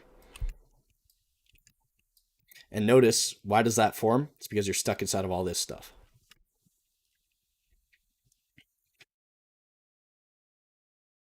Do I have videos of my daily routine tools and stuff? This is something I plan on doing in the future. Uh, I want to make some new videos for that specifically. And the reason being is I was thinking about it a little more. And with the strat, Rob had it absolutely right. Obviously, we all do things different, but I want to be more like Rob. He really just had it nailed down because every day, depending on the day of the week, day of the month, you know what you're gonna do. Some days, there's days where we're like, we'll just not do much. We'll go do something else. But every day, you know what you're gonna do just based on the decoupling. You know what setups you want, all of that. So I want to try and get a video out just about that stuff so you guys can get the pattern down. Because the pattern goes, it's like new month, jobs report, first Friday of every month. So the market normally is going to be less volatile until that Friday. And then on Sunday night, you're going to want to be looking at week signals and month signals to either confirm or negate what's happening right now. So on like the second week of the month, you want to look for 2 2s up or down because those will negate what the month did to start. And let's say it goes inside month and up and then forms a shooter on the week. It's like, well, on the second week of the month, now you have a shooter week and you could rev strat, create a 1-3 on the monthly. So you want to look for things like that the second week of the month. And then the third week of the month, you can do the same thing. And then also, as you get later in the month, you're looking more for confirmation of the things that are already going. So like if you're trading this month and you haven't taken a single trade, you'd be like, all right, I want to trade NVIDIA, I want to trade SMCI, I want to trade AMD, I want to trade Microsoft, I want to trade Meta, I want to trade Google, I want to trade all that stuff. Because all that's going into last year's highs and it's rallying. And it's bright green on the month now, so now we know we can trade it all month. And we've known that for a little bit, but just as we're saying. And then like on Monday afternoon, after the market closed, you want inside days, you want rev strats, you want hammers and shooters, because that's going to either confirm or negate what the first initial move of the week is. So that's where you hammer 2-2, potential outside weeks. Maybe you trigger a weekly signal in force. Maybe you confirm a signal that triggered previously on the month. And then Tuesday afternoon, you want to know is there FOMC or the Fed, because you want to look at the financial names then, because on Wednesdays when the Fed and FOMC come out. And then every Wednesday, you also have energy numbers in the morning, 60 minutes after the open. And that lets you trade the XLEs. So we have a whole thing. We have a whole what would you call a whole pattern you're gonna follow if you're gonna trade the strat. And that's pretty much all of it. But I want to make a video of how we can do that and then how we use the scanner as well doing that. So we already went through some of that here, but a little more organized. Decoupling's the death of me. So think of it this way: when the new year starts, everyone who has a bias for the new year, they're gonna go in there and they'll be like, "All right, I think it's going up. I'm gonna buy right now." It's gonna all those guys are gonna get in the first month. The second month of the year, the month open and year open separate. because the first month, right at the open, the year just started, the month just started, the quarter started, so they're all the same. So we only know what those yearly guys did because they're the first guys to act. And then the second month, now we know what the monthly participants want. So the second month, if the market rallied the second month, they could come in and be like, no, we think this is going down. And they would counter as they decouple. And the reason that's important is because it's a combination of reversal and negation, because the market was going up, now it's going down, and you're negating because the month and the year and the quarter, they were all green last month. Now those all flipped red, so people are losing positions. So you're going to decouple, get new information, and if that new information is different, you're going to create losing positions, and that creates your winning position, as long as you can identify who's losing at any point, which is why we say confirm or negate. The second you hear yourself, if you're talking, which I suggest when you're trading, speak out loud. So the second you hear yourself, you want to be like, what's happening right now? Where are all the twos going? So let's say it's 2 up month. Let's say it's 2 up week. And then you open it the next week on Monday. And you're like, all right, 2 weeks to the downside. That negates what we know about the month. It's like, wait, that's negating. We have losing positions potentially. If the weekly magnitude could negate the month, it's like, yeah, that's a signal we could take potentially. Try and negate the monthly guys, create a winning position against them. Yeah, so in force means you're closing above the signal or below the signal. So on this week on XLE, the second it is below 89.33, it is in force. If it stays below that, it is still in force. Once the week has closed, we would say that signal has exhausted because it is no longer in force. The bar has closed. So now that's when things change. And this would be an example. It's like it went up before. So does this week confirm or negate that? It negates that. So anyone that was long in here, they have to sell. There's your sell. Then the new week opens after going into or slightly higher lows. New week opens, goes 2 down to start the week, and then I'm guessing it came back on Tuesday or Wednesday and then reversed. So that's now attempting to negate what we know, but it's not because it hasn't reversed. It's 2 down in green. It's not a reversal. The next week opens. Now, right again, it goes red. Now we're reconfirming what we know. So now we're going to sell, and anyone that was long here, we're going to stop them out. Then the next week opens. They make the new low, go green. They're negating what we know, but they haven't actually negated by reversing. Inside. So now we have a decision. Inside and up negates what we know. Inside and down reconfirms. They go inside and up. They go nowhere. So they tried. They didn't take any of this stuff out. Now, if that's going to fail and negate the next week's going to go 2 down. Boom, 2 down right here. That's a rev strat, 1, 2, 2. We can get short looking for the new low because it's supposed to go down here. So you're going to continue to either negate or negate the previous or negate the previous or confirm the previous, which this is like going back and forth because it's a chop shop. But it's easier to look at like something that's moving. It's like, well, 2 week. Does this week reconfirm that? Yep. Continue to buy. Does that reconfirm that? Yep. Continue to buy. Does that reconfirm that? Yep. 2 down. Does that negate that? Yeah. What's going on? Now it's 2 down in green. That's trying to reconfirm. Buy again. 2 back up. You can buy again. And then 2 down. Negate. 2 back up. Reconfirm this whole rally.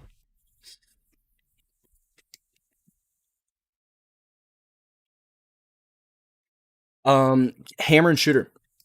So the shooter and hammer tell you there's potentially trap participants. It's not a signal of reversal. It's a signal that if it goes in force, you can expect price movement. So a shooter by itself is not a reversal. It's still an uptrend here, and it's still closed green, right? So that's still a shooter.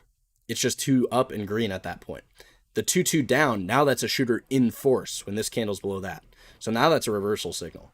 And when we make the distinction between 2 down in green, 2 up in red, and then shooters, hammers, shooters and hammers are actionable signals because we can expect the price to move because we're stopping guys out of positions that were wrong. They tried to buy here and we negated that. Now they're wrong. When it comes to playing 2 down in green, such as this right here, what we're also saying is the same thing. It's like whoever tried, what the heck?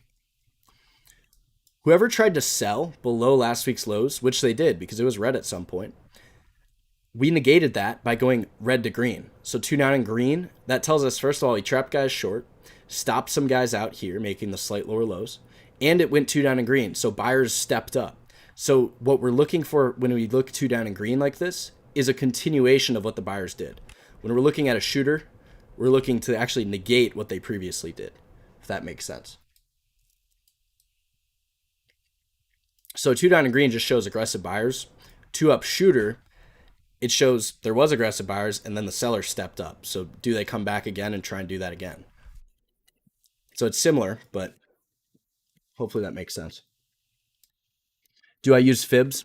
No, I just don't find it useful anymore because we know the magnitude. It's like 2-2 reversal here. It's trying to go and take the new high to that broad information. And if it doesn't reverse, it's going up there. I don't need a fib. So when we talk about negate, continuity, 2 down red, it's negating what the previous week did because now it's trending lower. Now, when that goes red to green, you've negated the weekly continuity. So that changes what we know at that point. So whenever we say negate, it's changing what we know. It's like if we were 2 up last week and we're 2 up again, that confirms that.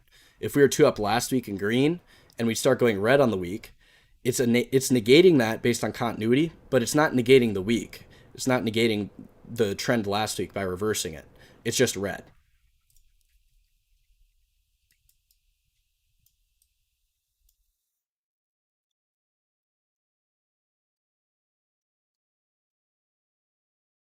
So when we're talking about it, it's like 2 down, 2 up reversal. You negate what the previous stuff did.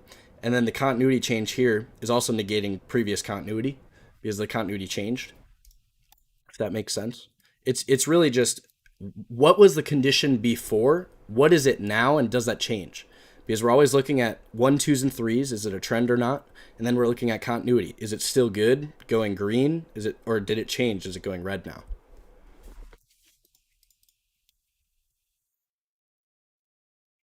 Once the week is reconfirmed, do you buy above previous highs or as long as the week is reconfirmed?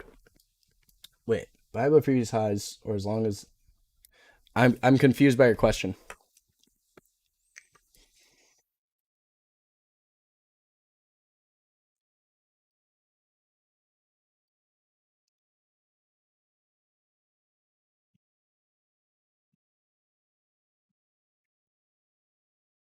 Following bar. Yeah.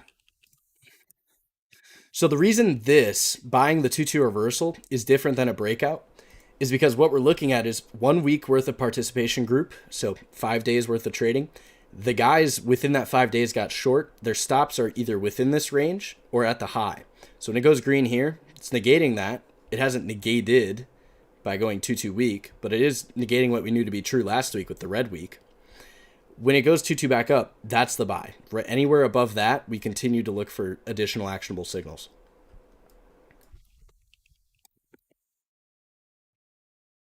And if you go to like SPY was a 322, I believe. Yeah, so 322, fun to say and fun to do, right there. 424.93. Anywhere above that white drawing. Well, the trigger is that previous high. It's like the second you're a penny above that, we're long. Because that's when the reversal starts, at least on a weekly basis. If we're looking at the day, this was 2-2 day occurred right here. And October 23rd.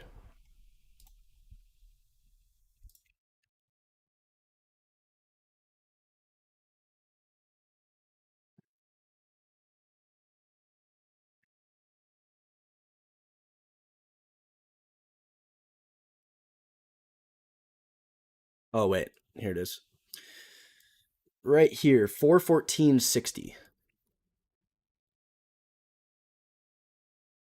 What?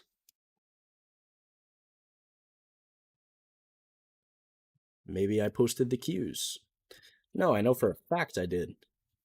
Looks like it's not going to let me search for it, I guess. Ah, right here. So SPY has triggered a 2-2 daily reversal over 414.6 at 8:38 a.m. So that was our first sign of, hey, things are reversing. We've completed this broad information. And notice they reverse Monday. So then we want to ask ourselves, if we're taking a long position here, which I did not, I was like, I'll wait for them to come back Tuesday and reconfirm that if I'm going to buy. They come back Tuesday. Notice they trap guys short first, then they go 2 up. So we know they bought Monday and then came back again for more. And what we could also say is it was a simultaneous break because the Qs on the 23rd went inside and up and then reconfirmed again on Tuesday as well. And the Dow Jones on the 23rd, it was two down still. So this one didn't reverse. But notice they negate 2-2, or actually, yeah. Nope, they did reverse on 23rd. My bad. But they went 2-2 on the 23rd as well, so simultaneously reversing, and they came back to buy more Tuesday. And what that tells you is the weekly guys are buying at that point, and that weekly signal is likely to occur once Tuesday comes and reconfirms that. Yeah. No, so in force, the reason that distinction is so important is because if it's above that, it's a reversal in force. If it's below that, it's a nothing. We don't care. Because if it's not in force, these guys, they're not in a position to close. It has to be in force. What's the meaning for universal truth? So the universal truth part is not that it has to happen, meaning like not every signal we take is going to work.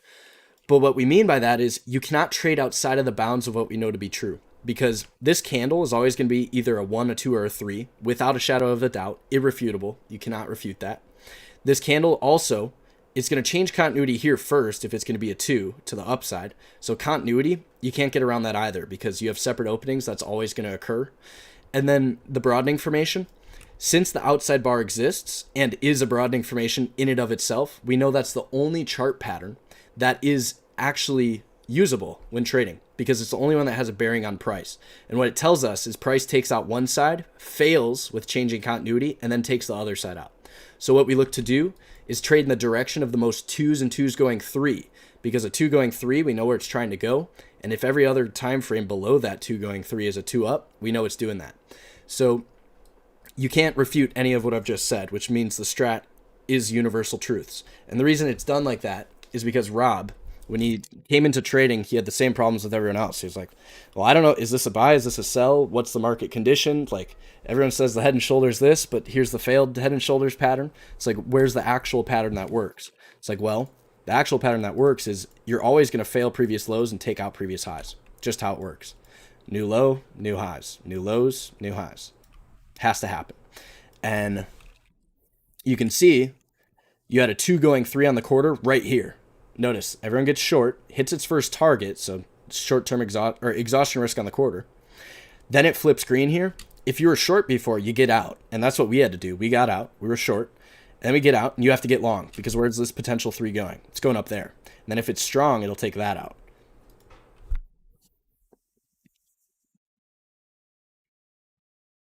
And you can see a 2 going 3 on the quarter, and then a 2 up on the month, telling you it's going up this month. And then you have a 2 up on the week first. So the 2 up week triggered the 2 up month, changed the quarter to 2 potential 3. Price has to trade in the direction of the most 2s and 2s going 3. It can't not. Has to. So that's why we say it's a universal truth.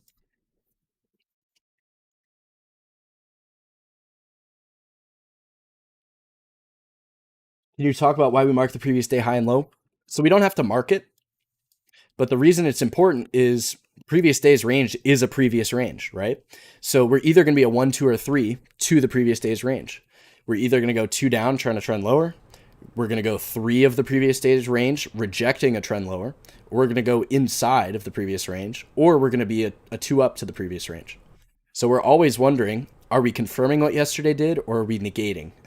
And we talked a lot about that, so you're going to have to zoom back and hear that stuff. But forgive me, I haven't been able to keep track of the names today. But even Dow Jones, here it is. 2 down in green right here. What does that tell you? 2 down failed. They're trying to go 3, which would take this out. 2-2 reversal here tells you that's happening still. Trying to take this out. And then reconfirms here on the last day of the week. Higher high, lower low, higher high. Boom. And what was that? 3-3-3 on the week. Because if you did it once, you might do it again. And if you did it again, you might do it again. Because price has to trade like this. Just has to. Monday high and low is important because of what we were talking about. The first day of the week, day and week open are the same, which means Monday's low, if it's a green Monday, that would be important. And the second day of the week is either going to confirm or negate. So if Monday went up on Monday, on Tuesday, if you take Monday's highs out, that reconfirms what you did on Monday. So that's a buy. And if it takes Monday's low out, that's a combination reversal negation. So you're negating the weekly continuity and reversing the daily to 2 down. So it's always important to know that range. And if you want to make it simpler, mark out the open of the week, because that's what's truly relevant. Because the week open, if you're below it, it's a sell. If you're above it, it's a buy. And if you, as long as you follow that and you know that green gets greener and red gets redder, you can do perfectly fine. Look for a bright red bar with multiple days left to go and then short it after some corrective activity.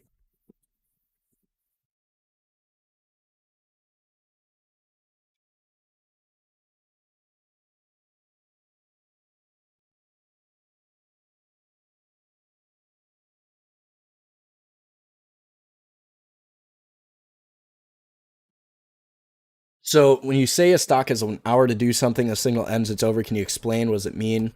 Does that mean it didn't hit magnitude? Now you wait for continuation. So what I mean by that is SPY. Since we know when things occur matters, we have to know how long our signal is going to work for, because once it's not in force, there is no signal. We don't have that anymore. And we're always looking to trade with the direction of the most 2s and 2s going 3. And we want as many actionable signals in force as possible. So if you take a, let's say you're trading an inside week. If you trade a 2260 on an inside week, the second it hits its target, now we don't know, because you're still an inside week. Maybe the day is still inside. It's like at that point, we have no trend showing up on the higher time frame. So we'll just have to see, does it continue or not? And if you know that, then you know if you take, let's say, let's go down here. So let's say SPY was inside week at this point. If you go 2 up, 2 down 60 right here, notice it stops right away. So instantly, you know, it's like the 60 flip was coming right after that. So I'm not sure when it triggered, but let's say it triggered 5 minutes before the 60 ended. If you didn't know it was going to trigger 5 minutes before the new 60 is going to open, you're going to be taking this position and then you're going to be stopping out, because it should just go right away. It's when this goes green and back in, that's a problem. And that's why the 60 flip's important. So each 60, you only get 60 minutes. And what we look to do is we want 2s on all the time frames telling us it's like that 60 for 60 minutes, it should really go, because all the time frames at that point are green, for example. And then after that's over, if all the time frames are still green and still going up, then we can hold on to it, because we still have 2s and stuff on the higher time frames, which in this case, 2260, we were inside week, but we were 2 up day, and we went 2-2 reversal day. So we know we're trying to come back through this stuff, take that out. So we can get long here. Once the 60 closes and exhausts, we're still a 2-2 reversal day, so we can hold. We have evidence it should continue. And that's what you constantly want to think about, is like, how much evidence do I have that this should work? How much evidence do I have this 2 should continue? It should go to magnitude. It's like, what's telling you that should happen? And those truths are what you reference. It's like, how much continuity do I have? How many actionable signals do I have in force? How long until those signals are no longer in force when they exhaust? Or what's the level at which that signal is no longer in force? Like, all those things are important. What's the indicator name? So this is the indicator. It is by the trading guide. Let me, one sec.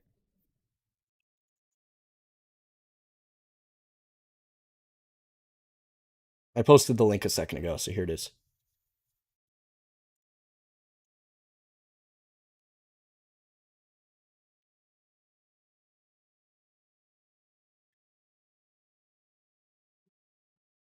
Light bulb just went off in my head. Red to green, green to red. Yes. Take signals to negate continuity, create losing positions during a market that has more aggressive participants in your direction. That is what we do. And once you understand that, you look at the chart completely different, right? Especially, I don't know if we have any new people that's been here since the start of the video, but you look at it so differently. and you know, that was part of the reason it made it harder for me to trade the ICT stuff, just because it's not completely different. You use liquidity and that idea, but one sec. Gonna have to mute you, Bill. I apologize, but it was specifically buying when things are going down, which I understand. Like, everyone wants to buy the low of the wick, but it's just so much easier to just be like, there's the flip. That's an actual buy. And it also makes it harder because if you look at this stuff, you look at order blocks and you're like, there's stops there. So it's kind of funny. But do you keep track for pre-market high and low? Nah. The reason we don't is because if it's going to reverse, it's going to reverse. And if it's not, it's not. Like you can if you want. People use it. It's still an area of liquidity where you might stop guys out. So you can, but strat, we don't use pre-market data. And the reason we don't is because we want to know the correct open for the day. We also want the correct open on the 60. The 60 should open at the bottom of the hour. So 11:30, 10:30, 9:30. That's when it should open.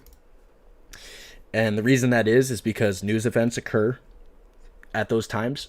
And we also monitor the 30 because news events also occur at the top of the hour. So we're always constantly looking at 30/60s. What if the target does not hit in that hour?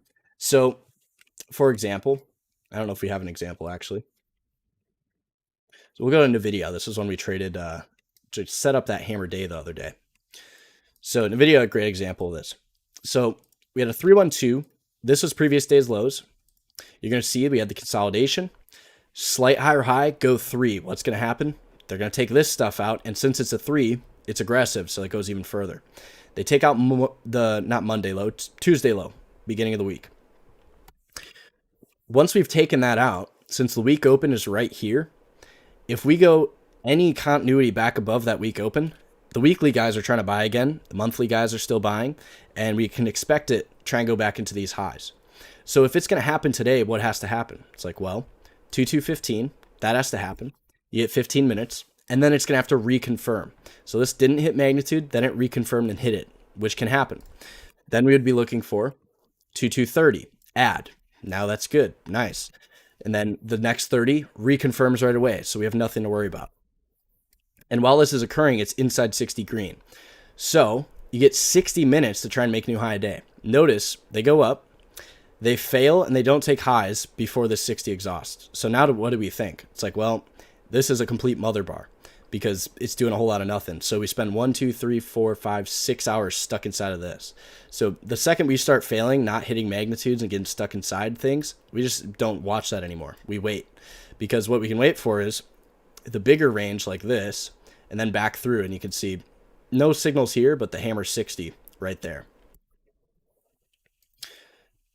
So let's see if we can find a better example. So here, so if we take inside 60 and up here, what are we trying to do? Well, magnitude's this. That's our first target where we go break even ideally. Daily opens here. So we have 60 minutes to negate the daily open, and then we need an additional actionable signal to try and do that. Runs out of time here, right at the daily open. Goes inside, so we don't have to do anything. It breaks higher, so you get 60 minutes to try and take the highs. Then it fails right away. So now what's happening? It's going to rev strat back in, and you haven't negated the day. So whatever long we had here, we just get out of. The second this rev strats, just get out. No reason to do much. And then the next day, you get the inside day and up, or inside 4 hour and up.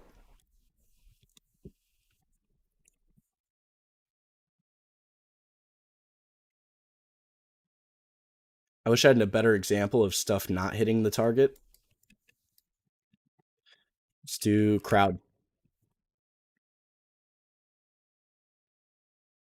Or not crowd, D-Dog.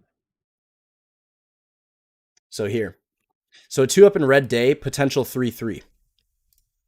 Once that day closes, now if it's gonna try and go here, has to take that out to try and reconfirm.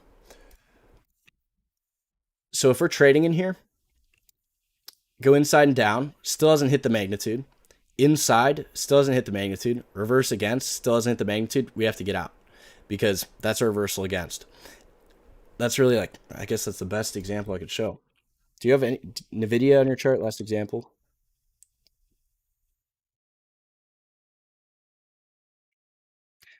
On your last example, when exactly would have gotten out?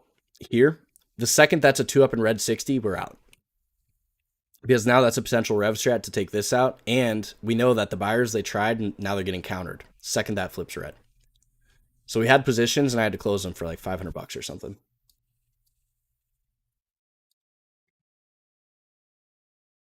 And then as we were doing that, we also noticed that AMD was a lot stronger up in here, which you can see in the afternoon. That one went to the highs.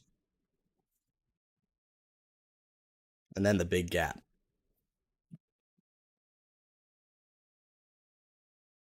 So I would have been wrong to trade Apple first 30 green to red TTO today.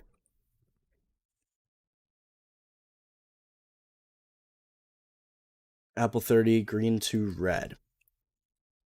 Today at the morning? Yeah, completely wrong. Everything's taken last week's highs. This is a rev strat we can force. And this was something we talked about actually, win it, win and force here. So what did we say? And if you're on the stream, you can let them know. Above 187.05, it's trying to go and take this out. And then we don't know, but we'd like to see the gap fill to 191. And it did it. So completely wrong. And the reason you're wrong is Tuesday, they gap down buy, 2 down in green Wednesday, and then 2-2 up here. So they're buying. Reconfirms here on Friday. So we can't short that.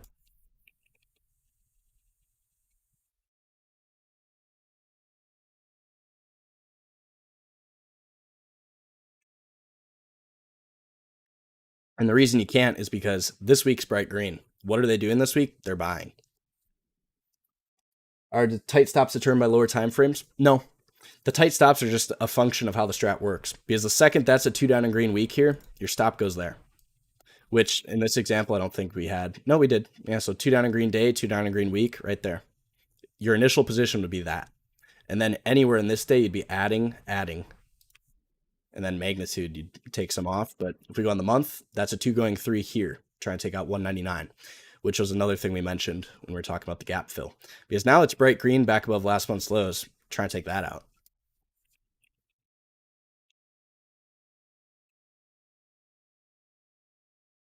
The reason we can have such tight stops is simply because we know there's a losing guy on the other side of this trade.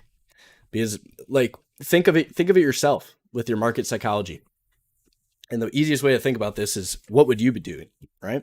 It's like, all right, market went up. Now it's coming back down. If I was just trading what it's doing, I'd be short. It's like, all right, my stops would be where I got in or at the highs. And then once it takes out a previous high, it's like, wow, we just took out my stop. I got to get out. It's like, well, if you're not short, you can just go buy it long and it should just go like that. W day. Another techie name. Nice. Corrective activity to start the week. 2 down in green on Wednesday. Potential 2-2 reversal back into full time frame continuity. 2-2 reversal in the full time frame continuity. 2-2 continuation to the upside. Beauty. And this would be an example of motherboard problems. 3-1 doesn't get out of the 3, stuck. And then what?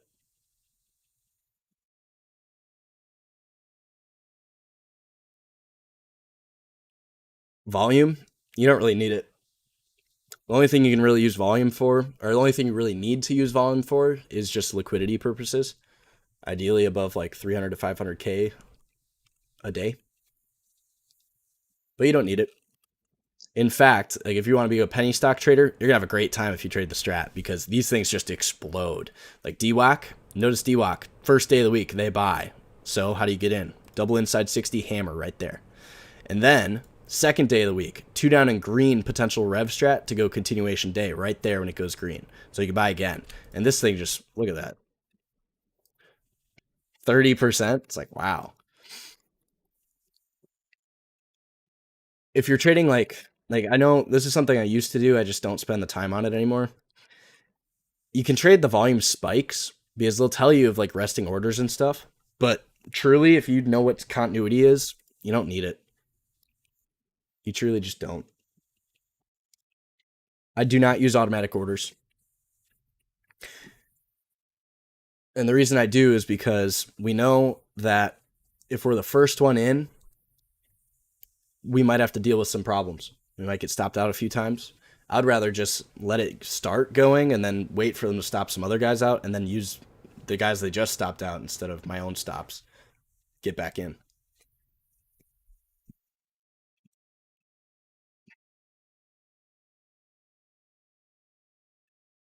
Wow. It's 10:11. I think we're going to call it quits soon. PayPal in the hour. What about it? You see your broadening formation, take one side of the range, fail. And this actually occurs on the lower time frames first. So if we go on the week, what did PayPal do this week? Inside bar 1-3 rev strat. And that's a rev strat because you're countering an equilibrium break, which means the aggressive sellers started this week, hit magnitude by making the slight lower low. Then 2 down and green. What's the next 2? 2 up. What would that negate? Weekly open right here. Anyone that sold short, they're in a losing position. Where's it going to go? It's going up there. Boom. And what does that trigger? In force, it triggers quarterly 2-2 hammer PMG pivot machine gun. And what that is where you have a lot of previous highs, 5 or more candles in a row that are lower highs. So now, if it stays above 64.13, that's trying to take out all these guys because they're in a losing position now because continuity changed. The higher the low of the actionable signal, the stop is going to be the low of the candle you enter on for a bullish signal or the high that you enter on for a bearish signal. So 2-2 on the quarter here, our stop would go at the low of the quarter or the quarterly open. And we'll use different stops depending on the setup. If it's a hammer, we want that to go instantly. On a quarterly or a monthly, it might not go instantly, but it's still going to be a hammer in force. So we'll give that a little more leeway. On like a 60-minute hammer, it should just go. On a 15, 30, 5-minute, it should just go. So we use the open then. Already in. Protect my profits. You're in. Nice. Hold. In fact, add if it continues to reconfirm. So what do you want next week? A 1-3-2 continuation. And what that means is the rejection. Whoa. Sorry, M. Dean. I'm going to mute you. But what that means is 1-3. This is a rejection of the equilibrium break. So if that happened, a 3-2 says that's still happening. And we know the magnitude's trying to go into this stuff. So if it goes 3-2 next week, your range is trying to go and take this out. So you got more than enough to play with.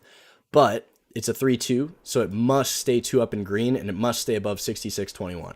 Come back below that, and now you got some potential issues because your try looks like this, and we want to expand out of that. And a 3-2 is a broadening formation expansion since this by itself is an outside bar of that, and that's a broadening formation. Yep, this is all going to be posted. Open depending on continuity. Depending on no, not really. The open would be a continuity stop because if continuity changes, now the aggressive buyers that you thought were there, they're not there anymore. Get out. But if it's like the beginning of the month, maybe it's like what? Or let's say it's the beginning of the month. You get the first couple days that go lower and then 2-2 reversal on a Wednesday, take out the weekly open and then take the month in force. You would just put the stop at the low of that week.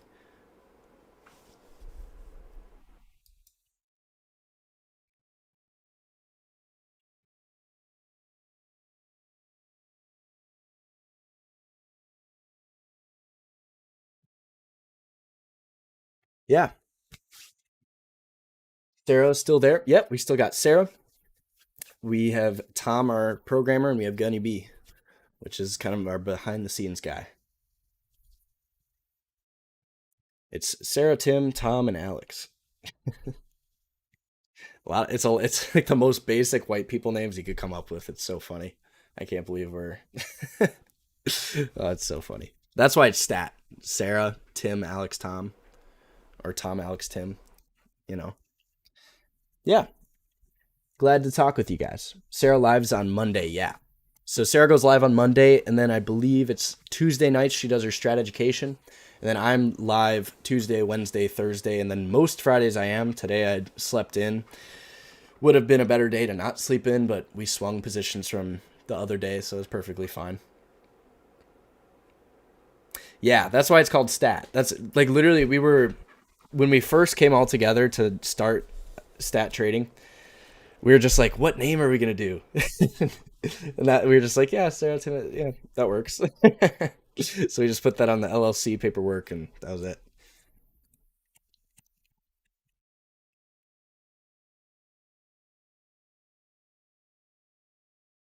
Every day I sleep and I wake up into a rally. You know, the reason I stay on all day now is because most days we'd have kind of like a crappy morning and then it'd rally in the afternoon because we had all these inside years at the beginning of the year. So everyone, they called it an indicator when you end the stream. When Alex ends the stream, the market's gonna reverse. Awesome. Back ender, as Rob called it. Yeah, back ender. That's so funny. So true for a while. Yeah, when things are sideways, it's always the afternoon. And we talk about that on the gappers too. It's like when the morning session's pretty crappy, that's when you get the like it'll slight slow trend up with a ton of liquidity being formed or stops being formed, and then boom, boom, take out both sides, which is what we saw with SPY and the Qs grind, and then boom, boom, take them out. SPY continuation, you're closer to a two up. So yep, that's what we're gonna look for. And what you want to be looking at going into the rest of the year is how many of these yearly signals are in force. Like these are going to be very good. And we especially like 3-2s, but we can't scan for those yet. But what we talked about into next week for the freebie for you guys, if you go into the XLF financials, you're going to see 2 down in green in the XLF. And I believe it's a 3-2-2. I might be wrong. Yeah, so that's a 3-2-2 in XLF. You're going to want to look at all the banks next week. And I'm not sure if we have Fed or not. Normally we do. If we have Fed next week, then definitely looking at these. But Bank of America is a hammer. Citigroup with the yearly signal. You can see the RevStrat there. That's good. Then on the year, they do have some other bar issues, but they're trying to go 2-2 back up to there. So could be something good. Bank of America is a 3-2-2 on the year, which makes it even better if that can go. What day is the free stream? Normally we do the free stream. I want to say it's the second week of the month on Tuesday. And the reason we do it on the second week of the month on Tuesday is because then we can hop in and be like, they're buying this, they're buying this, they're buying that. These are the things negating, and this is the stuff you're going to trade the rest of the week and the rest of the month. So that's what we kind of do on the free streams and stat.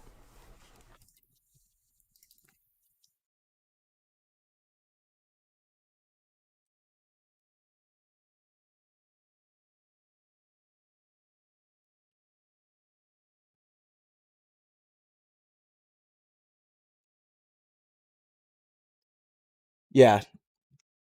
Yes, Smurf. So the weekend videos, those are specifically for you guys. And this week I did not get one out for Turnaround Tuesday, specifically because everything was inside week. I just didn't want to get you guys in those. But yes, the videos that we post after after the close on Monday and on Sunday night, those are what you're gonna want to stick on. I'll try and be better. I know we were doing a lot of videos to start the year every single day, but that's just too much. I want to I'm just gonna stick to Sunday nights and then Monday nights for your turnaround Tuesday.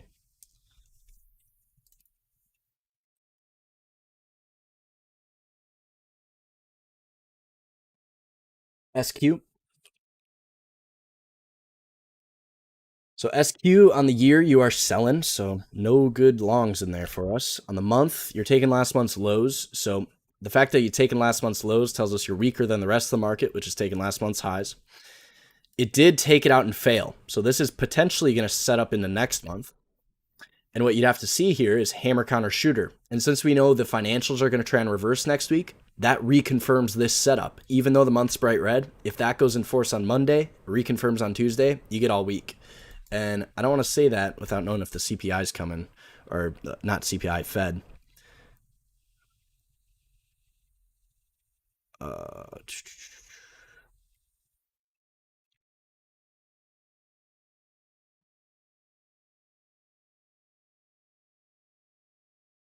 yeah, so PCE, nothing really. Manufacturing, unemployment. So, yeah, there's nothing really to worry about next week. But those financials, yeah, looks perfectly good. That's a great signal. Good stuff.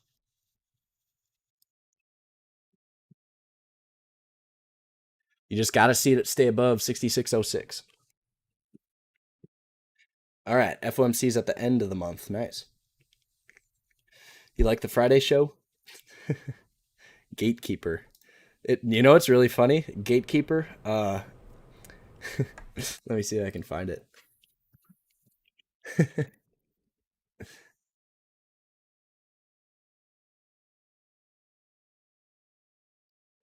For a second I thought you were bot in the chat because this is we have a we have a custom Discord software and it's called Gatekeeper. I was like, what? Why is the Gatekeeper talking? That's so funny. But I'm glad you like the Friday show. I want to do more of these. They're fun. What time on Tuesday are the lives? For premium members, it's going to be 30 minutes before the open every day, Tuesday, Wednesday, Thursday, and most Fridays. Uh,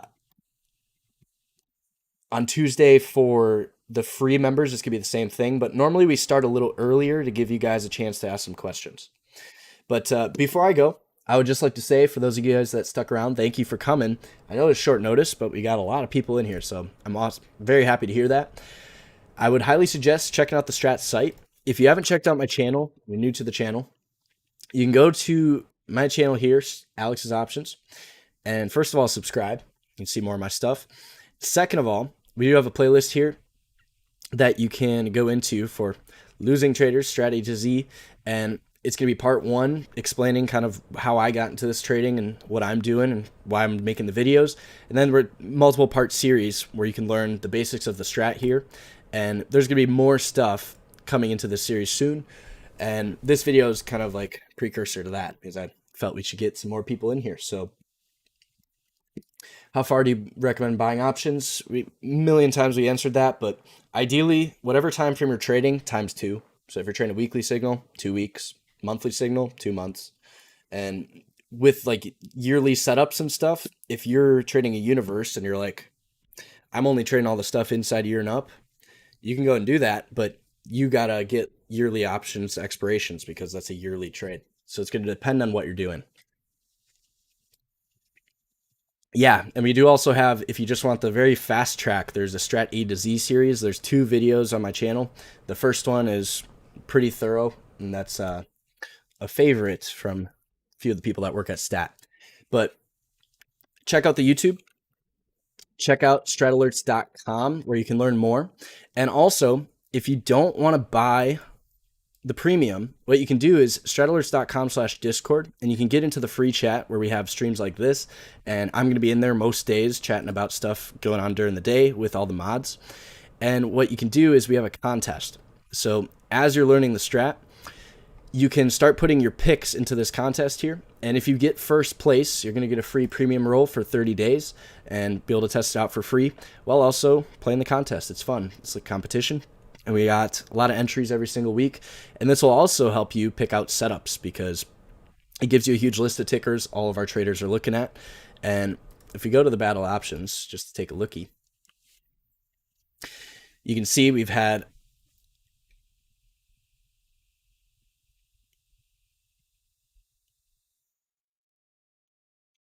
looks like we have a little bit of less entries this week, but where is the big board? Yeah, so you can see we've had some pretty crazy all-time gains. I didn't notice it was moved over here. But 11,000%, a lot of crazy stuff. So go and do that. You can get a free chance to get into Stat. And really, that's going to be all. So I hope you guys got something from the stream. And if you did, don't forget to like and subscribe. And I'll see you guys hopefully in a new video or on the Twitters or in the Discord. So adios, guys. Have a nice night and a nice weekend.